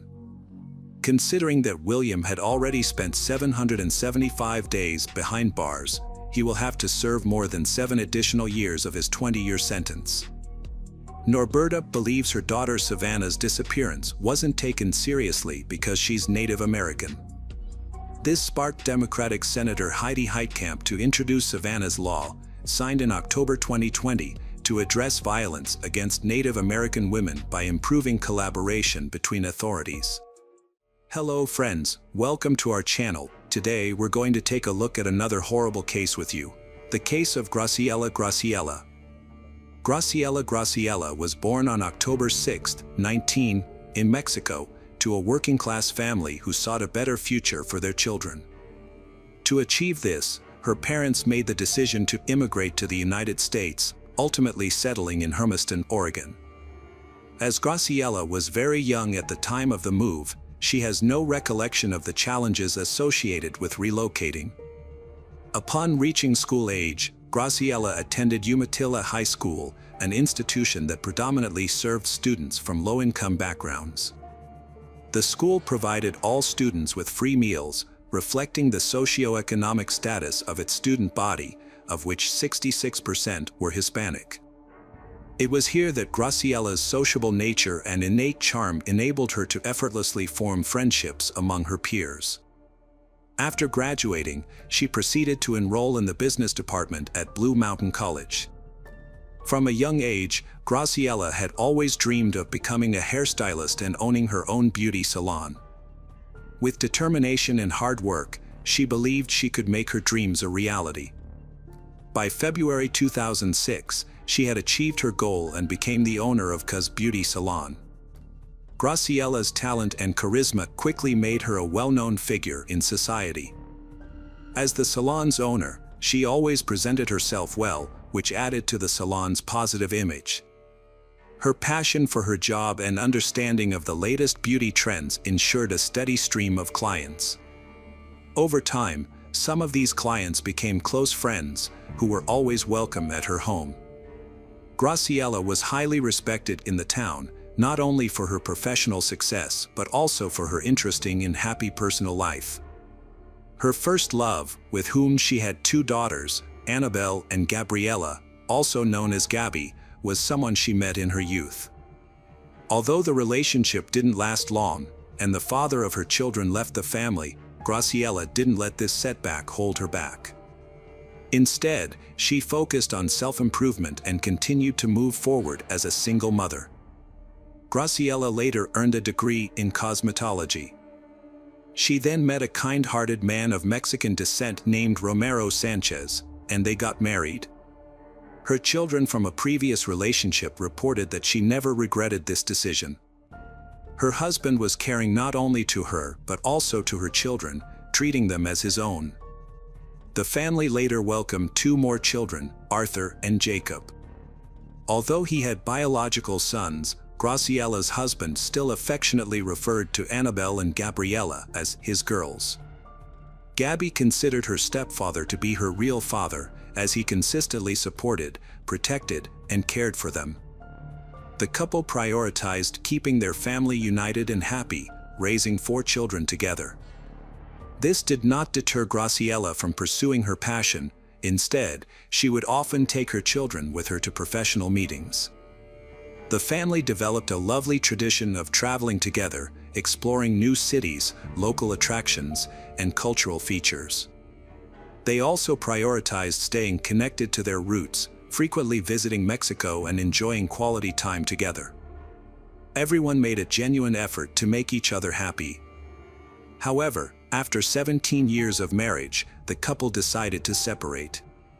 Graciella and her ex-husband chose not to burden each other with their dwindling feelings, opting to preserve the respectful relationship they had built over the years. Even after the divorce, they maintained a warm and strong connection. The father remained involved in the children's lives, regularly seeing them and sharing custody of their youngest son with Graciella. The other children were grown and lived on their own, but they remained close to their parents. They would get together to celebrate holidays and often sought each other's advice. Graciella handled her divorce well, remaining optimistic and confident, thanks in part to her ex-husband's kind and understanding behavior during this challenging time. On November 9, 2019, Romero made an unexpected visit to Annabelle, Graciella's eldest daughter. Annabelle was surprised to see her mother's new husband show up unexpectedly. Romero told Annabelle that Graciella had disappeared. According to Romero, he and Graciella had met with Jacob the previous night. Afterward, Romero returned home and went to bed beside Graciella, who was already asleep. However, when he woke up in the morning, Graciella was gone. He searched the house but couldn't find her. Romero tried to contact Graciella by calling and texting her, but she didn't respond. He went to Annabelle's place hoping she might have some information about Graciella's disappearance. Annabelle, however, had no idea where her mother was. She was shocked not only by the news of her mother's disappearance but also by Romero's reaction. He was in tears and seemed genuinely upset. Annabelle found this odd because Romero had never shown any strong emotions around them before, only indifference. Romero mentioned that Graciella had been acting strangely and might have found someone else. He admitted she might have needed a break from their relationship and wasn't sure if she was truly happy with him. However, Annabelle found his words insincere and his tears overly dramatic. She started to worry about her mother and found Romero's behavior suspicious. Romero had previously avoided talking to Graciella's children, but suddenly reached out to them. After he left, Annabelle told the rest of the family what happened. They gathered at Graciella's house to figure out what was going on. Her car was still parked in the driveway, which was unusual since she would have likely taken it if she were leaving Romero. The house was also spotlessly tidy, which was out of character for Graciella, who preferred a more creative and chaotic space. If she were planning to leave, her belongings would have been scattered around the room. Graciella spent a considerable amount of time in front of the mirror, carefully selecting an outfit for the day. However, she surprisingly left all her treasured jewelry at home, including her favorite rings and necklaces that she wore daily. This unusual behavior raised concerns among her family members, who couldn't help but imagine worst-case scenarios, including the possibility of her fleeing. While searching the house, Gabby stumbled upon something peculiar, a large, heavy blanket in the washing machine. This was unusual because their mother, Graciella, always emphasized the importance of not overloading appliances. It was likely that Romero, who normally didn't participate in household chores, had washed the blanket. This sparked suspicion that he might be trying to conceal something. It was later discovered that along with Graciella, several important items had gone missing from the house, including her passport, driver's license, and mobile phone. On November 11th, Annabelle went to the police station to report her mother, Graciela, missing. However, she was surprised to find that Romero, Graciela's husband, had not informed the police about her disappearance, despite knowing about it since November 9th or possibly earlier. As a result, Annabelle became the first person to file a missing person report for her mother. Romero's distant personality had been a concern for Graciela's family since they met him. Graciela had met Romero at her beauty salon, where he was a client, after her divorce. Their initial friendship eventually developed into a romantic relationship. However, when Graciela introduced Romero to her family, they noticed his aloof and cold demeanor. Annabelle and her sister, Gabby, tried several times to connect with Romero, but he did not reciprocate, leaving Graciela's children puzzled by his behavior. They initially attributed it to individual personality differences, especially compared to their mother's previous relationships. They were eager to understand their mother's partner and what motivated him. At times, he seemed strange and aloof to them, and they struggled to comprehend how someone as lively and joyful as their mother could be drawn to someone so serious and reserved. Despite their reservations, they respected her decision. When their mother shared the news of her upcoming wedding, everyone rallied around her, particularly the girls, who wanted to see her happy and loved. On the wedding day, guests couldn't help but notice Romero's haughty demeanor and restraint. Some even perceived him as excessively possessive, as he dominated the bride's attention. When Graciela's young children came to congratulate the newlyweds, Romero responded with disdain rather than warmth and affection, making it clear that he didn't want to share his wife's attention with anyone, not even her own family. After that, Graciela's relatives struggled to hide their genuine opinions about Romero. Annabelle even went so far as to say she didn't consider him a stepfather, let alone a father figure. The family simply wanted to have a normal relationship, like those found in any civilized household. Following the wedding, Graciela and Romero moved in together, along with her youngest son Jacob, into Graciela's home. Jacob shared that shortly after the wedding, Romero started behaving as if he was the sole owner of the house. The boy recalled that the initial honeymoon phase was brief, and soon the family started to fall apart. He observed that his mother initially tried to establish personal boundaries, but being non-confrontational, she quickly gave in to Romero's demands. This seemed to suit Romero, who had a quick temper and never apologized first. To avoid creating tension in the household, Graciela often conceded to Romero's wishes. As time went on, it seemed she realized she had rushed into the marriage without fully thinking it through. In private conversations, Graciela confessed to feeling trapped and suffocated in the relationship. Her husband exerted control over her, never allowing her to go anywhere alone. Despite this, she never expressed any desire to leave the abusive relationship, suggesting she was still in love with Romero.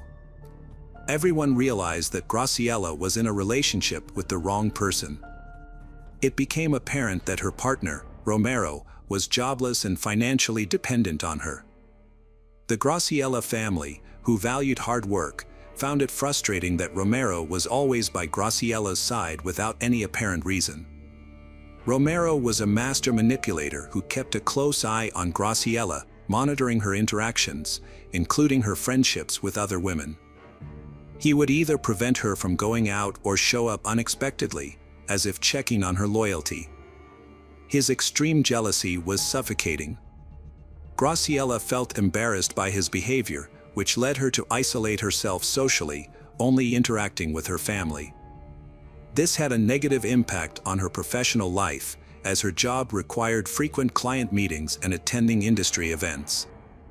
Those close to Graciela noticed a significant change in her demeanor. She looked sad, worn out, and had lost her usual cheerfulness. It was clear that she was unhappy. Even her children observed the changes in her mood and appearance, as well as her loss of independence. They discussed their concerns among themselves and concluded that, although they didn't like Romero, He was Graciella's choice, and they had to respect her decisions. Other relatives shared the family's distrust of Romero. However, no one knew how to intervene or offer support. The couple's issues were serious enough to require professional help. Gabby had once suggested this to her mother, but Graciella insisted on handling her personal life independently.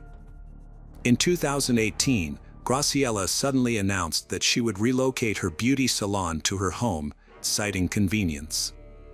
Her family was skeptical, as she had never mentioned this plan before, despite running the salon for 12 years. Some clients noted that Romero often hung around the salon, creating tension and disrupting the usually warm atmosphere. While some thought Graciella made the move to solve a problem, others suspected that her jealous husband was behind the decision. Despite the initial doubts, Graciella remained enthusiastic about the change, saying it allowed her to spend more time with Jacob and Romero. By the end of 2018, she and her husband were remodeling a room for the salon, but the project took longer than expected and wasn't completed until May 2019. Although the salon was closed temporarily, Graciella's reputation remained intact, and rumors of the studio's reopening attracted a long queue of clients, including new ones, months in advance. Graciella was thrilled with her professional success but became increasingly private about her personal life. Return to the moment before of Graciella's disappearance. Another incident raised concerns about Graciella's safety. She asked her daughter Gabby to pick her up, which was unusual. But she claimed everything was fine and said she was just having a disagreement with her husband. When they met up, they spent time together and Graciella seemed to relax. She smiled and told Gabby not to worry, saying that couples' arguments are normal and can actually bring people closer together. Despite this, Gabby couldn't shake off her worries and remained uneasy about her mother's situation. After Annabelle contacted the police, the relationship between Graciella's family and Romero rapidly deteriorated. He offered an explanation for his wife's disappearance, suggesting that she might have wanted some time alone or could have left with another man, and he believed she would soon return. This was his standard response to anyone inquiring about the situation. However, the police took the report seriously and initiated an investigation, considering the possibility that Graciella could have been a victim of a crime. They began by searching her home, where they found that only a few personal items were missing, with nothing else seeming out of the ordinary. The police also interviewed Graciella's children, her husband, and others close to the family, including her ex-husband. Although everyone expressed skepticism about Romero's behavior, the investigation did not uncover any significant information. Romero cooperated with the detectives, allowing them to search his home, participating in interrogations, providing his DNA, and undergoing a polygraph test. Despite his cooperation, the police did not have sufficient grounds to arrest him, so the investigation continued. Analysis of Graciella's phone records revealed her last known location was near a bridge in Washington on November 9 at 12:30 p.m., when the signal stopped after her phone was turned off. Her bank accounts and social media remained inactive. Despite questioning hundreds of witnesses and checking all her frequent locations, investigators found no signs of her. The investigation deemed her disappearance suspicious due to the complete lack of evidence. For months into the investigation, the Hermiston police publicly stated that they had no confirmed information about Graciella's last sighting. Although Romero didn't report Graciella missing, the authorities didn't accuse him of anything. The police's stance frustrated Graciella's relatives, causing them to reduce communication with law enforcement. The family eventually stopped receiving weekly updates, forcing Graciella's children to contact the police station directly for information. As of March 2020, there were no new developments in Graciella's case. In an effort to revive the investigation, Graciella's family reached out to the media, hoping to raise public awareness and gather information. They believed even small details could be crucial. Gabby, a family member, expressed the family's frustration and disappointment with the police's lack of progress in the case. The Graciela family urged investigators to focus on finding Graciela, as they suspected foul play due to the state of her belongings and the unusual circumstances at home.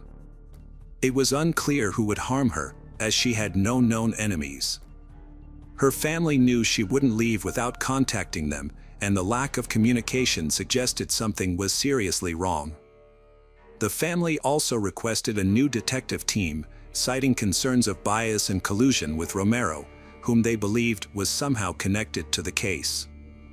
The family pointed out numerous inconsistencies in the investigation.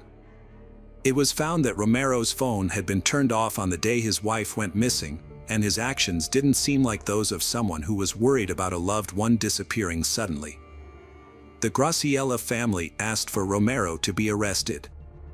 Police Chief Jason Edmiston quickly responded to these claims.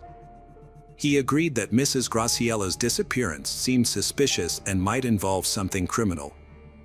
He said this was just one idea, but promised that the investigation would stay fair and be based on evidence and facts.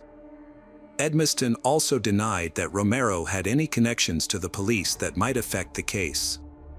Edmiston mentioned that false information was spreading and making the investigation harder.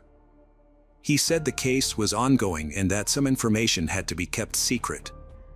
The police also asked the FBI for help. Edmiston expressed frustration that people were criticizing the police without understanding how complicated the law is. At the same time, Gabby started a fundraiser to hire a private investigator. This move was seen as criticism of how the police were handling the case, suggesting they weren't doing their job well. 1 year after Graciela's disappearance, her family and friends held a memorial event to honor her memory and pray for her safe return. They lit candles and posted signs outside the police station, urging authorities to continue searching for her. In September 2023, a significant development in the case occurred when Romero Sanchez, Graciela's husband, was severely injured in an attack. There was speculation that Mason Graciela, Graciela's brother, was involved in the incident, but details and any potential consequences for Mason were not disclosed. It appeared that Graciela's family had become frustrated with the police's lack of progress in investigating Romero, leading to a potentially frightening outcome. Graciela's disappearance remains an unsolved mystery, leaving her family in unbearable uncertainty that's taking a devastating toll on their health. Her children are left with only prayers, hoping for clarity and justice, unsure if she's alive. Hello friends, welcome to our channel. Today we're going to take a look at another horrible case with you. The case of Jorge Cortez. Jorge Humberto Martinez Cortez was born on January 5, 1978, in Mexico City. He kept his childhood and teenage years private, only sharing that he often clashed with his mother, who cared deeply for him, and his father, who rarely intervened in their arguments. Jorge's strained family relationships likely contributed to his emotional isolation and the development of his aggressive and unstable personality. To escape his difficult home life, Jorge left at a young age and embarked on a journey across Mexico, taking on temporary jobs to support himself. He worked as a waiter in various bars in Mexico City, including those in the Rosa and Cona districts, and also relied on tips from tourists in the popular Villa Du and Cuac districts, known for their extensive infrastructure and diverse entertainment options. Jorge's life of crime began in this place. In 2010, he was arrested for theft and given a 4-year prison sentence. However, because it was his first offense, the judge decided to release him on bail. At the time, no one suspected that this decision would set free a man who would later become one of Mexico's most notorious criminals. After his release, Jorge met a girl named Adriana and fell in love. Initially, he treated her with kindness and attention, but as their relationship deepened, his behavior became increasingly violent. Adriana soon found herself a victim of his physical abuse. Exhausted by his cruelty, she decided to end the relationship, but Jorge refused to accept her decision. One night, Jorge violently attacked Adriana, dragging her down the stairs by her hair and breaking her nose. He beat her so severely that she lost consciousness. When she came to, she saw Jorge holding a lighter and threatening to kill them both if she didn't stay with him. Despite his threats, Adriana continued to resist, which further enraged Jorge. He attempted to strangle her by grabbing her neck with both hands. However, Adriana managed to break free, grabbed a hammer, and began fighting back. She was able to force Jorge out of the apartment and ultimately out of her life for good. This violent confrontation occurred in 2011, and although Adriana reported the incident to the police, Jorge was released on bail and avoided punishment. In hindsight, Adriana's escape from Jorge that night saved her from a potentially deadly situation. Jorge would go on to take the lives of multiple women in the future. After meeting Jorge, 18-year-old Yang Kiang Marie became his new victim. Yang was a Korean girl who was very close to her mother, Monica, and her sisters, particularly Anna. Anna was a lively and athletic young woman who balanced her studies in psychology with a part-time job at a restaurant. Yang met Jorge at one of the bars where he worked, and they were immediately drawn to each other. After a brief courtship, they started dating, but their relationship was marked by violence. Despite their frequent arguments, they stayed together. When Yang turned 19, she decided to declare her independence from her family and move to the city with Jorge. However, this change only made their problems worse. Jorge's behavior became increasingly controlling and abusive. He constantly monitored Yang's activities, calling her every hour at work and restricting her interactions with friends. As a result, Yang felt trapped and realized she was a victim of domestic violence.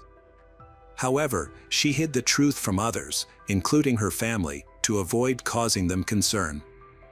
Only a few close people, including her sister Anna and some friends, knew about the situation.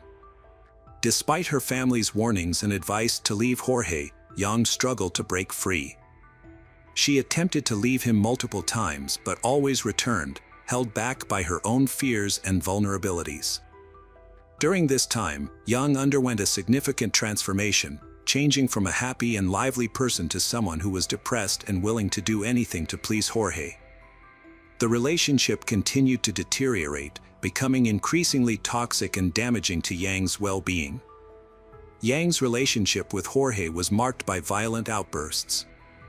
On one occasion, Jorge refused to let Yang into their apartment when she came home late.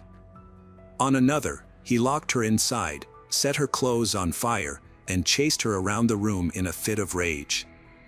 In August 2014, their arguments escalated, and Yang decided to leave Jorge and move in with her parents. A friend encouraged her to report Jorge to the police and end the abuse. Although Yang initially agreed, she eventually returned to Jorge and they continued living together. Tragically, Yang's life was cut short.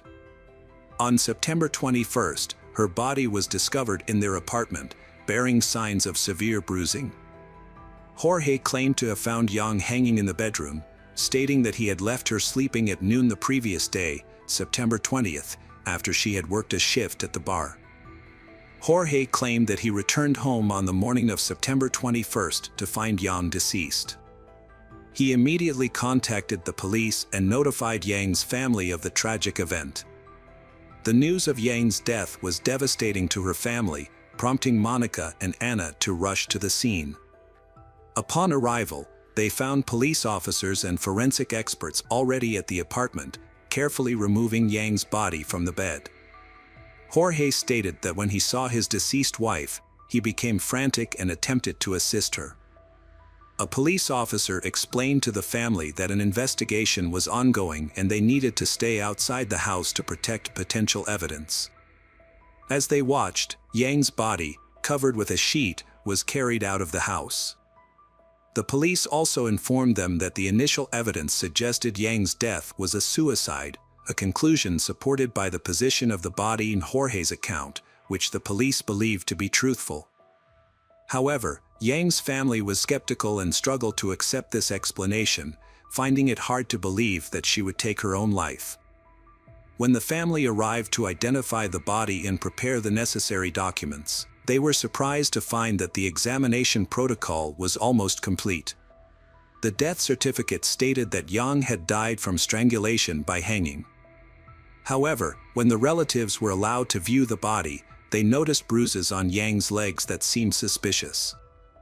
Jorge attempted to explain the bruises by saying that the body had slipped from his hands and fallen to the floor when he tried to move it from the bed.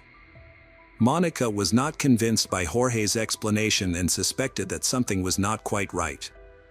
Investigations revealed more about Yang's tumultuous relationship with Jorge, fueling suspicion that her death might not be the suicide police claimed. During police testimony, friends described constant fighting between they, revealing Jorge's history of jealousy and aggression. His behavior extended to frequent phone calls to Yang's workplace, indicating a pattern of controlling behavior. Yang's sister Anna noted that a few months before the tragedy, her behavior dramatically shifted. Anna added that she started distancing herself from the family once the relationship with Jorge started. This prompted concern within the family. Despite growing concerns about Jorge's unstable behavior and doubts about the official explanation, the police were quick to dismiss theories and rushed to close the case. Experts at the Katok morgue recommended cremating Yang's body, which meant that further forensic investigation would not be possible. Yang's mother was deeply suspicious of Jorge's involvement in her daughter's death, but she eventually agreed to the cremation due to pressure from her family, thereby giving up the chance to gather evidence to support her suspicions. Jorge did not attend the funeral, but he got a tattoo of a broken heart, supposedly to show his grief. However, he also cut off all contact with Yang's family. Yang's death had a devastating impact on her family, especially her mother, Monica. The overwhelming pain of losing her daughter, combined with feelings of loneliness and despair, led Monica to develop an addiction to alcohol and smoking. Monica was devastated when her daughter Yang passed away suddenly. Despite her overwhelming grief, Monica refused to accept the initial explanation of Yang's death, finding it contradictory to her daughter's outgoing and life-loving nature. Unsettled by details like the bruises on Yang's body and the lack of evidence supporting the claimed manner of death, Monica's instincts told her there was more to the story. To get answers, Monica launched her own investigation into the case. Monica acquired security footage from her daughter's home, revealing her son-in-law Jorge was the last person to see Yang alive. With the help of a private attorney and forensic pathologist, Monica reviewed Yang's final days. An unexpected development led to a shocking explanation, revealing a deeply seated scandal and a misclassified homicide. Monica's determination uncovered hidden details, ultimately revealing the truth behind Yang's death. The detective completely rejected the initial account of Yang's death, presenting conclusive evidence that proved she was murdered. Further investigation revealed several discrepancies with the original autopsy. There were no signs of hanging on Yang's body, but her neck showed signs of strangulation, and a scarf had been used to make it appear as though she had hanged herself. Bruises on her hands and fingernails suggested she had tried to fight back. The medical examiner confirmed that any competent expert would have reached the same conclusion. This raises serious questions. Why did the police ignore these facts, and why did the family receive a false report about their daughter's death? Monica's relentless pursuit of truth led her to conduct a 7-month investigation, uncovering a series of disturbing failures and incompetence by law enforcement agencies. Her research revealed that Yang had previously reported violence by Jorge to the police, but her cries for help were ignored. Monica also discovered that Jorge had ties to his father and the staff handling the case, which, combined with the severity of Yang's injuries and the apparent negligence of the authorities, compelled her to take decisive action. Monica appealed to the prosecutor's office, seeking a review of the case and justice for Jorge, the main suspect. However, she was met with neglect and cynicism instead of support. A prosecutor even questioned her competence, suggesting she should focus on being a housewife and seek psychological help rather than pursuing justice. Undeterred, Monica continued her investigation, driven by her love for her child and her desire for truth. Her perseverance ultimately paid off. Jorge committed another murder in 2016, a devastating end to Yang's story. This event began a new chapter in Campira's life. She met Jorge online, where he hid his dark nature behind a charming facade. Unaware of his past, she was drawn to his friendly, sociable personality, and they soon developed a romantic relationship. Campira's close friends discovered her new relationship when she posted a photo of herself and her boyfriend on social media, beaming with happiness. For several weeks, their romance seemed perfect. As 2016 drew to a close, Campira's mother, Margarita, met Jorge for the first time on December 28. Campira, Jorge, and her children then traveled to Acapulco to spend the New Year's holidays with her parents. However, Jorge later convinced Campira to extend their stay, and she asked her mother to watch the children for a few more days. Margarita agreed, unaware of the tragedy that was about to unfold. 3 days later, Campira was found dead. The last time Margarita had spoken to her daughter was on December 30th. When Margarita tried to call Campira on New Year's Eve, she was met with silence. Campira always answered her phone or returned calls promptly, so Margarita's anxiety grew with each passing minute. As the hours ticked by, Campira's unusual silence and lack of online activity only heightened Margarita's concerns. Eventually, Margarita decided to contact Jorge to find out what had happened to her daughter. Jorge attempted to alleviate Margarita's concerns by downplaying the argument and Campira's departure to celebrate the new year with friends.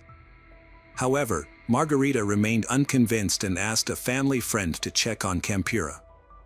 When the friend arrived at Campira's house, Jorge told him that Campira was asleep and unable to meet with him. Margarita's suspicions grew, and she sensed that Jorge was hiding something.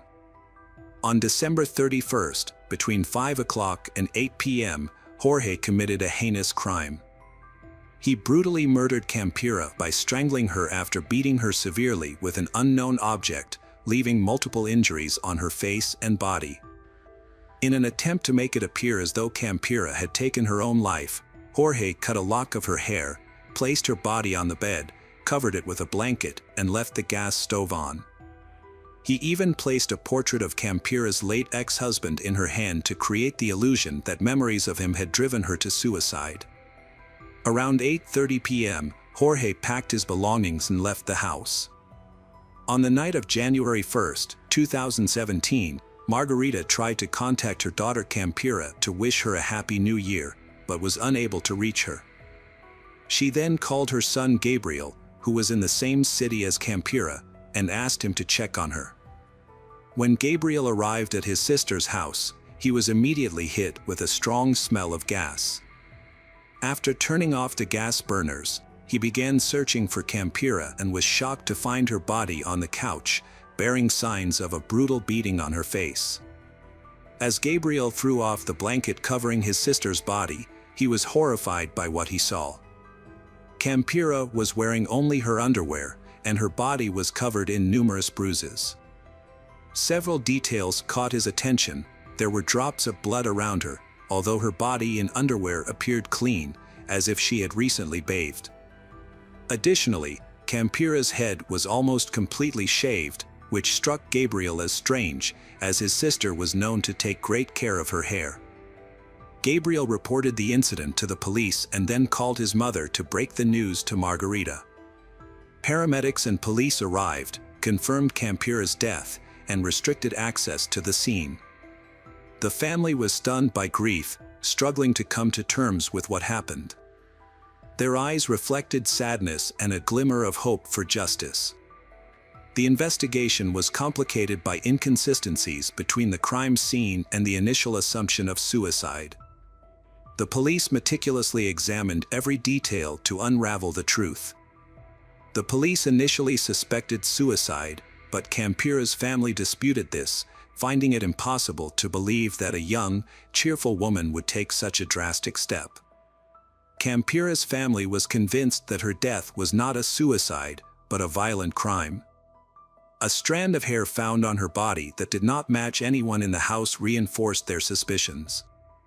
They demanded a more thorough investigation, which was granted.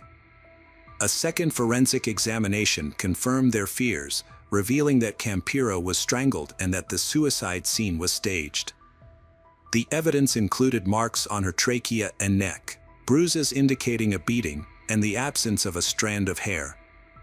The police launched an investigation, and Campira's aunt, Sandra, worked with the deputy prosecutor to have the case transferred to the prosecutor's office.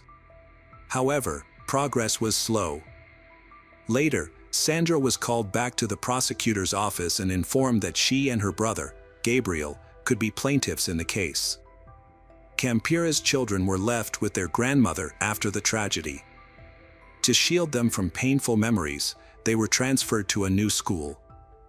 However, time alone didn't heal their wounds. 2 months later, the family was allowed to visit the apartment where Campira's body was found, collecting her belongings and possibly uncovering clues. Her laptop was found, but its data had been deleted. Fortunately, her iPad was password protected, and the last photos she took before her death were recovered. One disturbing photo showed Campira lying next to Jorge on the same sofa where her body was later found. Further investigation of the photos revealed more evidence. In one image, Jorge was seen holding a skull-shaped container that was later discovered in the apartment's freezer. He was also shown strangling Campira with one hand. Drawers in the desk yielded sketches of tattoos Jorge planned to get, further hinting at his possible involvement in the crime. The public was outraged when Jorge was released on bail in 2009, sparking widespread anger. Many realized that if he had been detained earlier, the young women might still be alive. The Campira and Young families continued to demand justice for their loved ones on social media, gathering over 13,000 supporters on a memorial page. 10 months after his escape, Jorge was finally caught on October 24, 2017. His arrest was unexpected, occurring during a routine patrol by the National Civilian Police in Livingston, Guatemala. The officers were patrolling the streets when they noticed a suspicious man who appeared to be homeless. A routine check of his documents and fingerprints revealed a shocking truth: the man was on the international wanted list with a high danger level. Jorge was immediately arrested and taken to the immigration center in Guatemala City, where he was detained pending further action. The Guatemalan authorities quickly contacted their Mexican counterparts to initiate the extradition process. According to the head of the Guatemalan police, Pablo Castillo, Jorge had been hiding under a bridge in western Guatemala, living on the streets and relying on the kindness of tourists for survival. The next day, October 25, Jorge was transported to the Mexican border city of Chicas, where he was handed over to the Mexican authorities. After crossing the border, Jorge was taken to Mexico City, marking the successful completion of the extradition process and the delivery of justice. Jorge appeared in court to face charges for his alleged crimes. A reporter managed to ask him a few questions, but Jorge responded with a complete denial of any wrongdoing, claiming he was unaware of the charges against him. This was despite being taken to court on October 26 for a preventive measure, specifically for the murder of Campira. During the trial, the prosecution presented strong evidence of Jorge's involvement in the crime. The investigation revealed that Jorge had brutally beaten the victim with an unknown object before strangling her to death. The prosecutor classified the crime as a feminicide, made worse by the fact that Jorge had a romantic relationship with the victim. The prosecutor also pointed out that Jorge had a prior conviction for theft and was possibly involved in the death of another ex-girlfriend, Jan. Despite the overwhelming evidence and arguments against Jorge, his lawyer proposed an alternative explanation that Jorge was mentally unstable and needed a psychological evaluation. This move came as the community awaited justice, expecting a suitable punishment for the perpetrator. After thoroughly examining the evidence, witness testimonies, and arguments, the judge turned his attention to Jorge and his lawyer. He asked how long it would take to complete the psychological evaluation. Following a consultation, Jorge's lawyer agreed that Jorge would attend all subsequent court hearings. Upon reviewing all materials and considering both sides, the judge rendered a verdict. There was sufficient evidence from the prosecutor to hold Jorge accountable for his crimes. The court ordered the investigation to continue and gave a 4-month deadline to gather new evidence. Meanwhile, Jorge was taken into custody and held at a pre-trial detention center. Despite Jorge's arrest and guilty verdict, the Campira and Jan families faced a lengthy and challenging process ahead. In August 2019, an oral hearing was held in Jorge's case. His lawyer asked the court to disregard the videos that showed Jorge entering and leaving Campira's house on the day she was murdered. They claimed that these videos were incomplete, taken from a 30-hour recording at the crime scene, and could not be used to prove Jorge's guilt.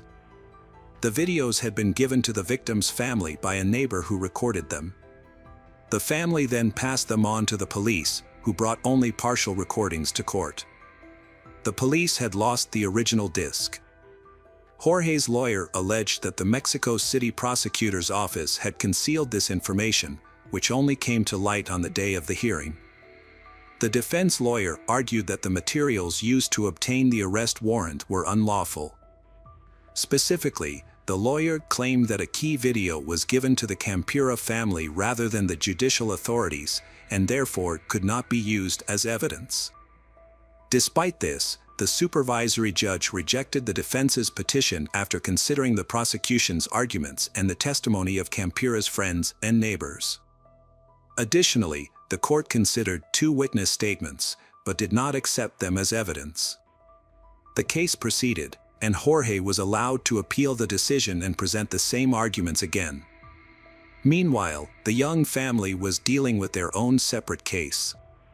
A ban on violence against women was established in Mexico City, thanks in part to advocacy from several groups, including the Mexican Institute of Human Rights and Democracy and the Center for Justice. This new decree was influenced by multiple high-profile crimes, including the murder of Jan. As a result, her case was forwarded to a Mexico City court for trial. Nearly 7 years after Yang's murder, charges were formally brought against her suspected killer, Jorge, in May 2021. Shortly thereafter, a judge ordered his arrest for his role in her murder.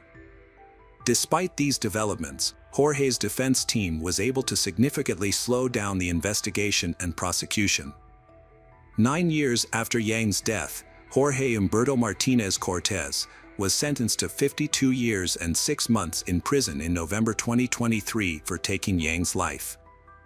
While the Young family has finally received justice, Campira's family still faces a lengthy process. A trial had been scheduled for April 2022 at the detention center where Jorge was being held. Activists were resolute that this time the perpetrator would not evade accountability. Jorge's lawyers have successfully delayed the hearing once again, which was set to take place on January 29, 2024. Over 50 witnesses were expected to be called to testify, but for now, there is no update on the status of the hearing in the media. Jorge's family remains hopeful that he will eventually be held accountable for his actions. While nothing can bring Campira back, they seek justice and want to ensure that her death does not go unpunished. Hello friends, welcome to our channel. Today we're going to take a look at another horrible case with you. The case of Milleke van Doorn. Milleke grew up in a typical family with her parents and 2 sisters in Zaanstad, a city in North Holland, Netherlands. Milleke was a well-behaved child who stayed out of trouble and was friendly to everyone. Having just graduated from high school with a good reputation, she was looking forward to a bright future. However, her life took a dramatic turn one summer evening. That summer night changed everything for Milleke, and her story became a national sensation. On the evening of Sunday, June 7, 1992, Milica attended a birthday party for a friend, which was held in an apartment in a local building. The building looked almost the same back then as it does today, except for the taller trees that surround it.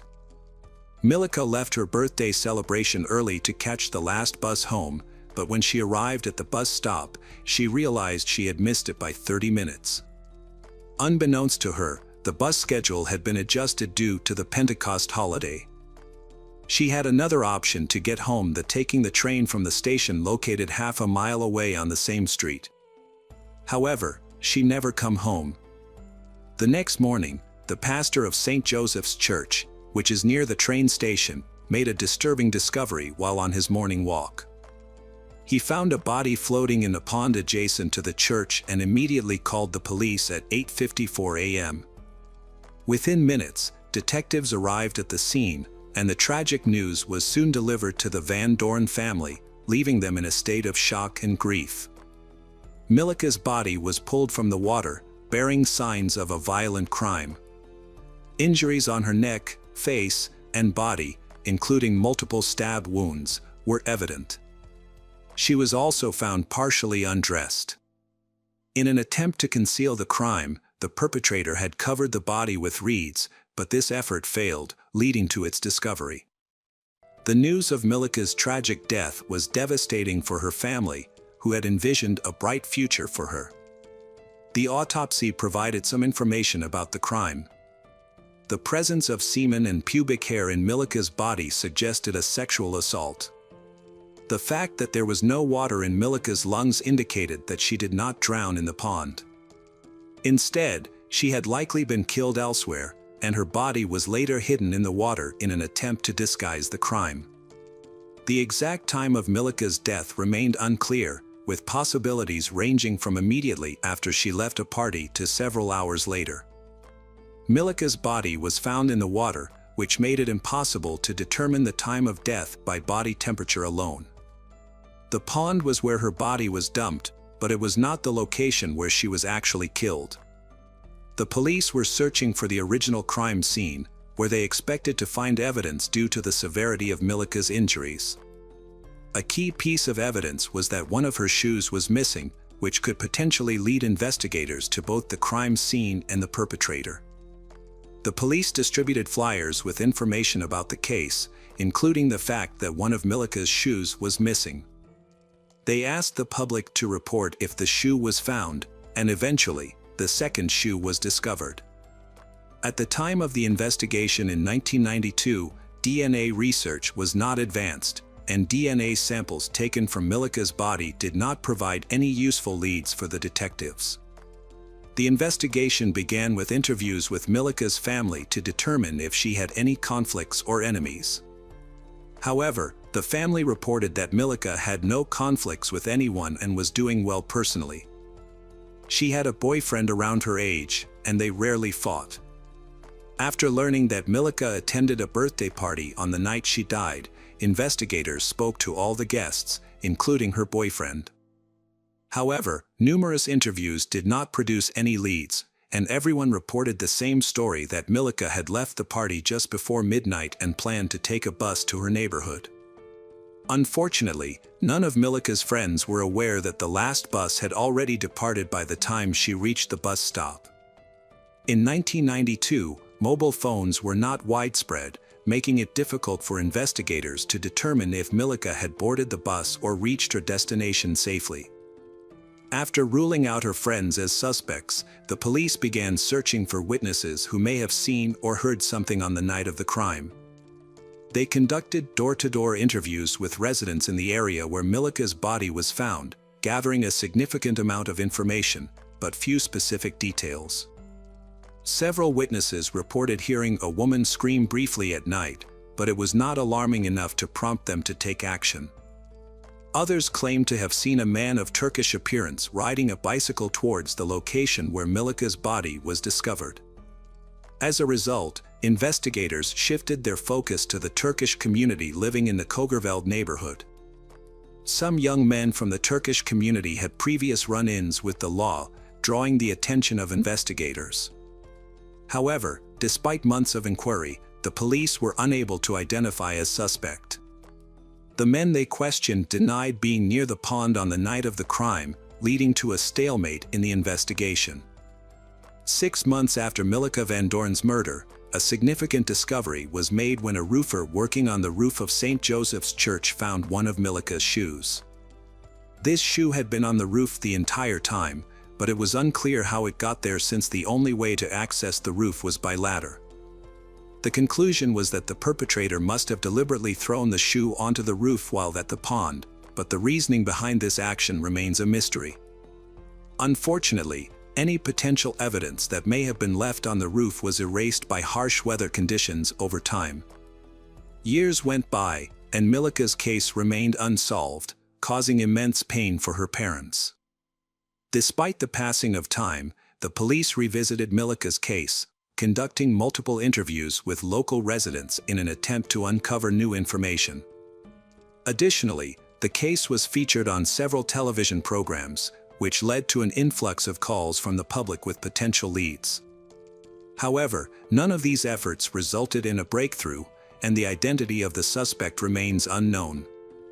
The authorities had the perpetrator's DNA samples on file, waiting for a breakthrough in testing technology.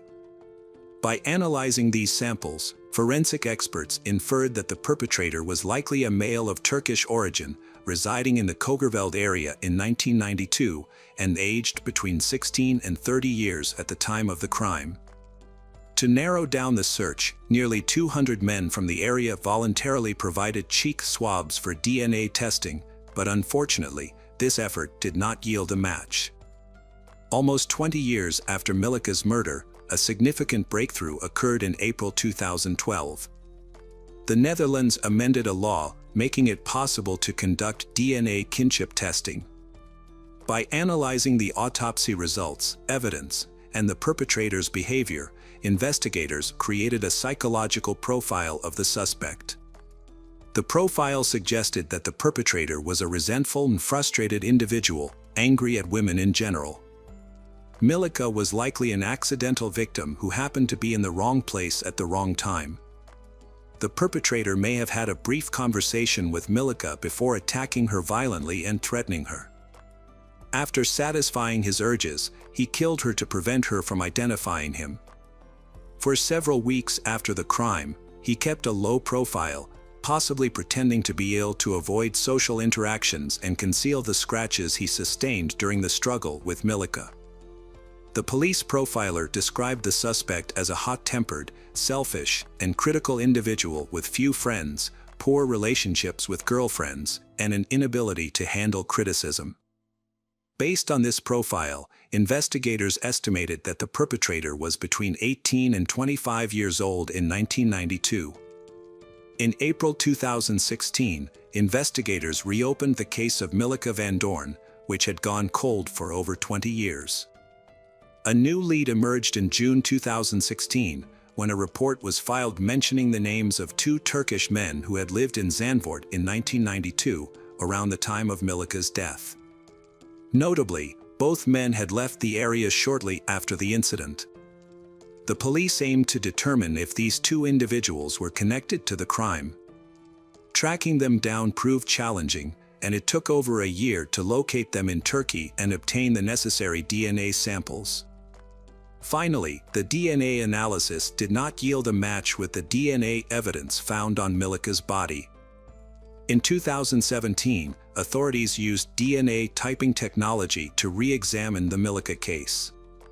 As a result, the police contacted 133 men of Turkish origin who lived in the area where the body was found in 1992, asking for voluntary DNA samples to compare to the crime scene DNA. The goal was to analyze the Y chromosome pattern, which is passed from father to son, to identify potential relatives of the perpetrator. The authorities assured the men that their DNA would only be used for this case and would be destroyed afterward. Most of the 133 men agreed to provide a DNA sample, only a few refused. A total of 126 men participated in the study. The police appreciated their cooperation, saying it was a testament to the community's desire for justice. After a month of analysis, the results showed that the DNA of the original perpetrator was not among the samples. However, the DNA of a man who was unknowingly related to the perpetrator was found. On Monday, December 10, 2017, the police arrested the suspect who had evaded capture for 25 years. The man, 47-year-old Hussein, had refused to submit his DNA for verification, but a clever investigation led to his downfall. Since local laws prohibit sharing suspects' personal information, his full identity and photo were not made public. A breakthrough in the case came when investigators cross-checked DNA profiles of relatives, focusing on those who, like Hussein, had refused to provide a sample. Coincidentally, Hussein's brother had willingly provided his DNA to the authorities, unaware of its potential impact on his sibling. This helped the investigators build a list of people connected to Hussein through family ties, ultimately revealing his identity as the suspect who had managed to stay hidden for nearly 2.5 decades. The police obtained a warrant to take a DNA sample from Hussein without his permission. A comparison with the DNA samples from Milika's body showed a perfect match, providing strong evidence against him. As a result, Hussein was formally charged with the crime. During his 2018 trial, Hussein claimed he was not guilty. Initially, he said he was possessed by an evil spirit and couldn't remember the attack. Later, he changed his story, saying he had a secret relationship with Milika, which is why his DNA was found on her body.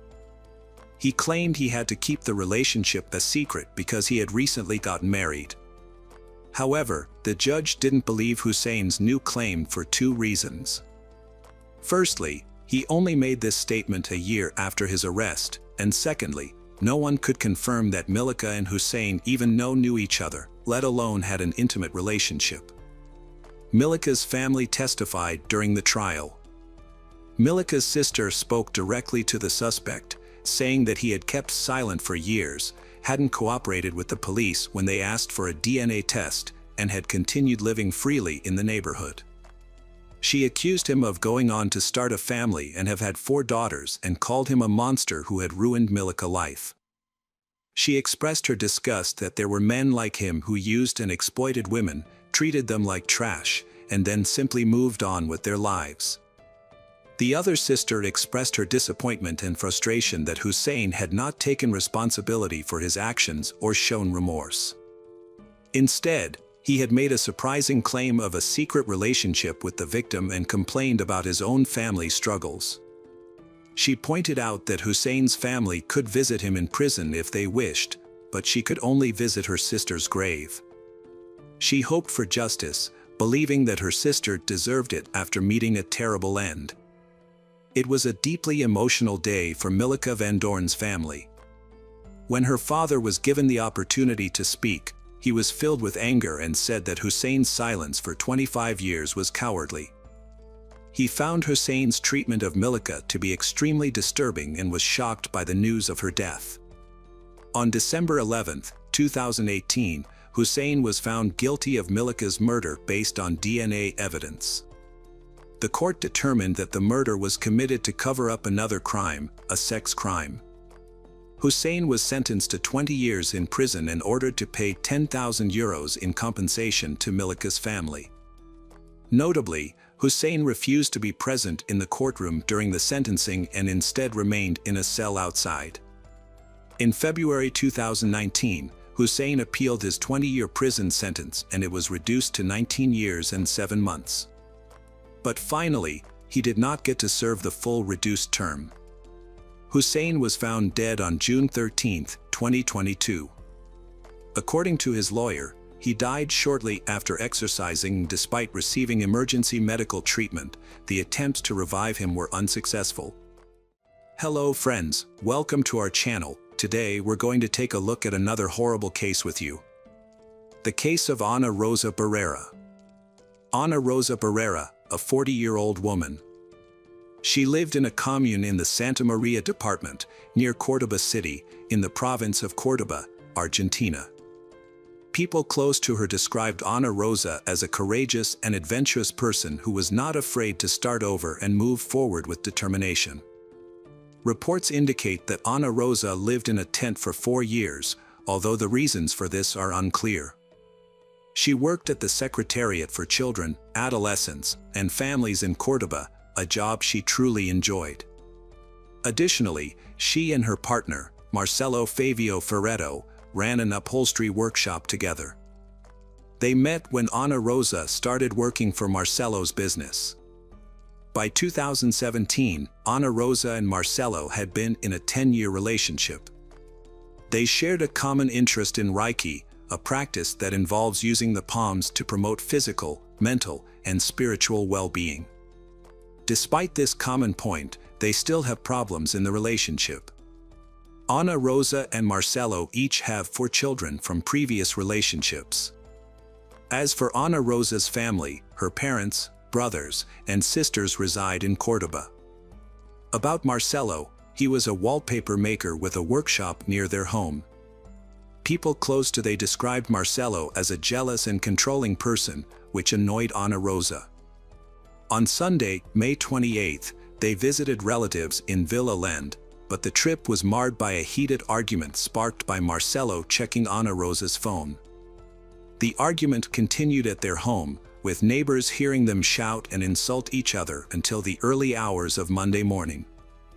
Later that day, Marcelo reported Ana Rosa missing to the police, although the exact timing of the report is disputed in media accounts. Most reports agree that Marcelo filed the report at the 18th police station on Tuesday, May 30th. According to Marcelo, claimed to have woken up at 6 a.m. on Monday to find Ana Rosa already gone, which he thought was unusual since she typically got up early to feed their dogs before leaving the house. He repeated this account to both the police and the media. Marcelo said he last saw Ana Rosa on Sunday night and then Monday night before going to bed. According to some sources, Marcelo realized something was wrong when Ana Rosa's colleagues called him, wondering about her absence. They knew she would never miss work without a good reason. Marcelo recounted the events leading up to her disappearance, saying that on Monday, he came across Ana Rosa's white Chevrolet while running an errand at the local pharmacy. Not long after, police discovered an abandoned car on Rainier Avenue outside a beauty salon in the Santa Isabel neighborhood. The location is about halfway between their home and Ana Rosa's workplace. Inside the car were her belongings and keys, but her cell phone was nowhere to be found. According to Marcelo, he tried to contact her, their friends, and their children also left messages, but no one received a response. The last message Ana Rosa sent via WhatsApp was at 10:40 p.m. Sunday, May 28. Ana Rosa's relatives all said that the circumstances surrounding Ana Rosa's disappearance are unclear. Marcelo has maintained regular contact with police since filing the report and has also attempted to locate Ana Rosa through social media and news outlets. In an interview with reporters, Marcelo shared Ana Rosa's plans on the day she went missing, which included an early morning swim at a gym and a scheduled appointment with a doctor. Marcelo emphasized that his primary concern is Ana Rosa's safe return home. Prosecutor Legendro Peralta Tanilo of Alta Gracia assumed control of the case, and the investigation commenced. Multiple theories were initially proposed, including the possibility of Ana Rosa being a victim of kidnapping, robbery, or revenge. The option of her leaving voluntarily was also considered. As part of the investigation, Marcelo testified for over 14 hours on Wednesday, May 31st. However, his statements became increasingly inconsistent, raising suspicions among investigators. Marcelo's claims raised suspicions among detectives due to inconsistencies and shifting demeanor. Initially, he was confident and gave frequent interviews, but later emphasized his innocence, providing unsolicited details and justifying himself by discussing his relationship with Ana Rosa. As time passed, Ana Rosa's loved ones became increasingly desperate due to the lack of progress in the search. Meanwhile, the investigative authorities persisted in their efforts to solve the case. The prosecutor leading the investigation was convinced that Marcelo was withholding information and urged the investigators to scrutinize him more thoroughly. On Friday, June 2nd, during another meeting with police officers, Marcelo's demeanor shifted. He became more composed.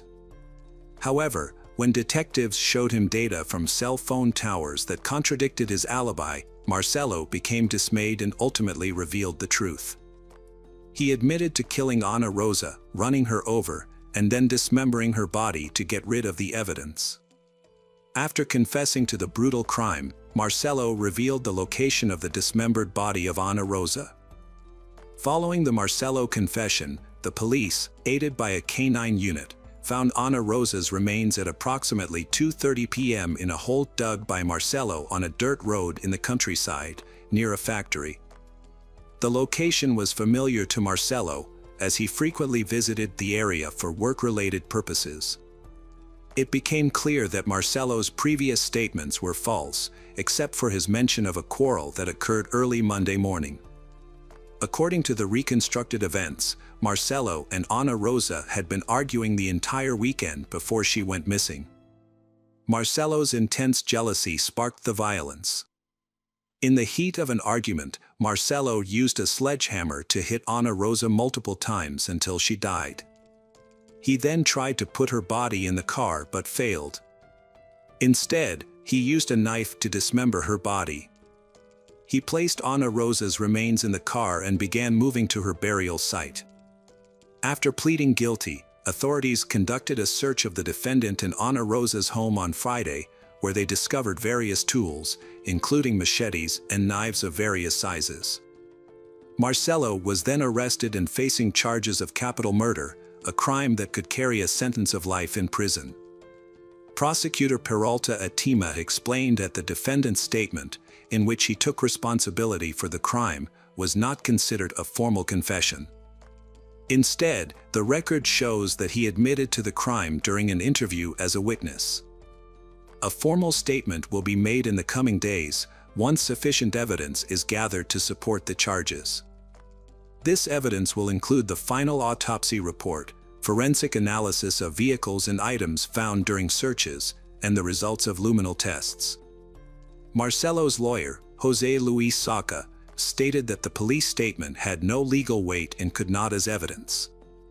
Furthermore, the defense announced that the defendant would not testify. Over the weekend, investigations continued, and on June 5th, the preliminary autopsy report was released. The report concluded that Ana Rosa's cause of death was severe head trauma.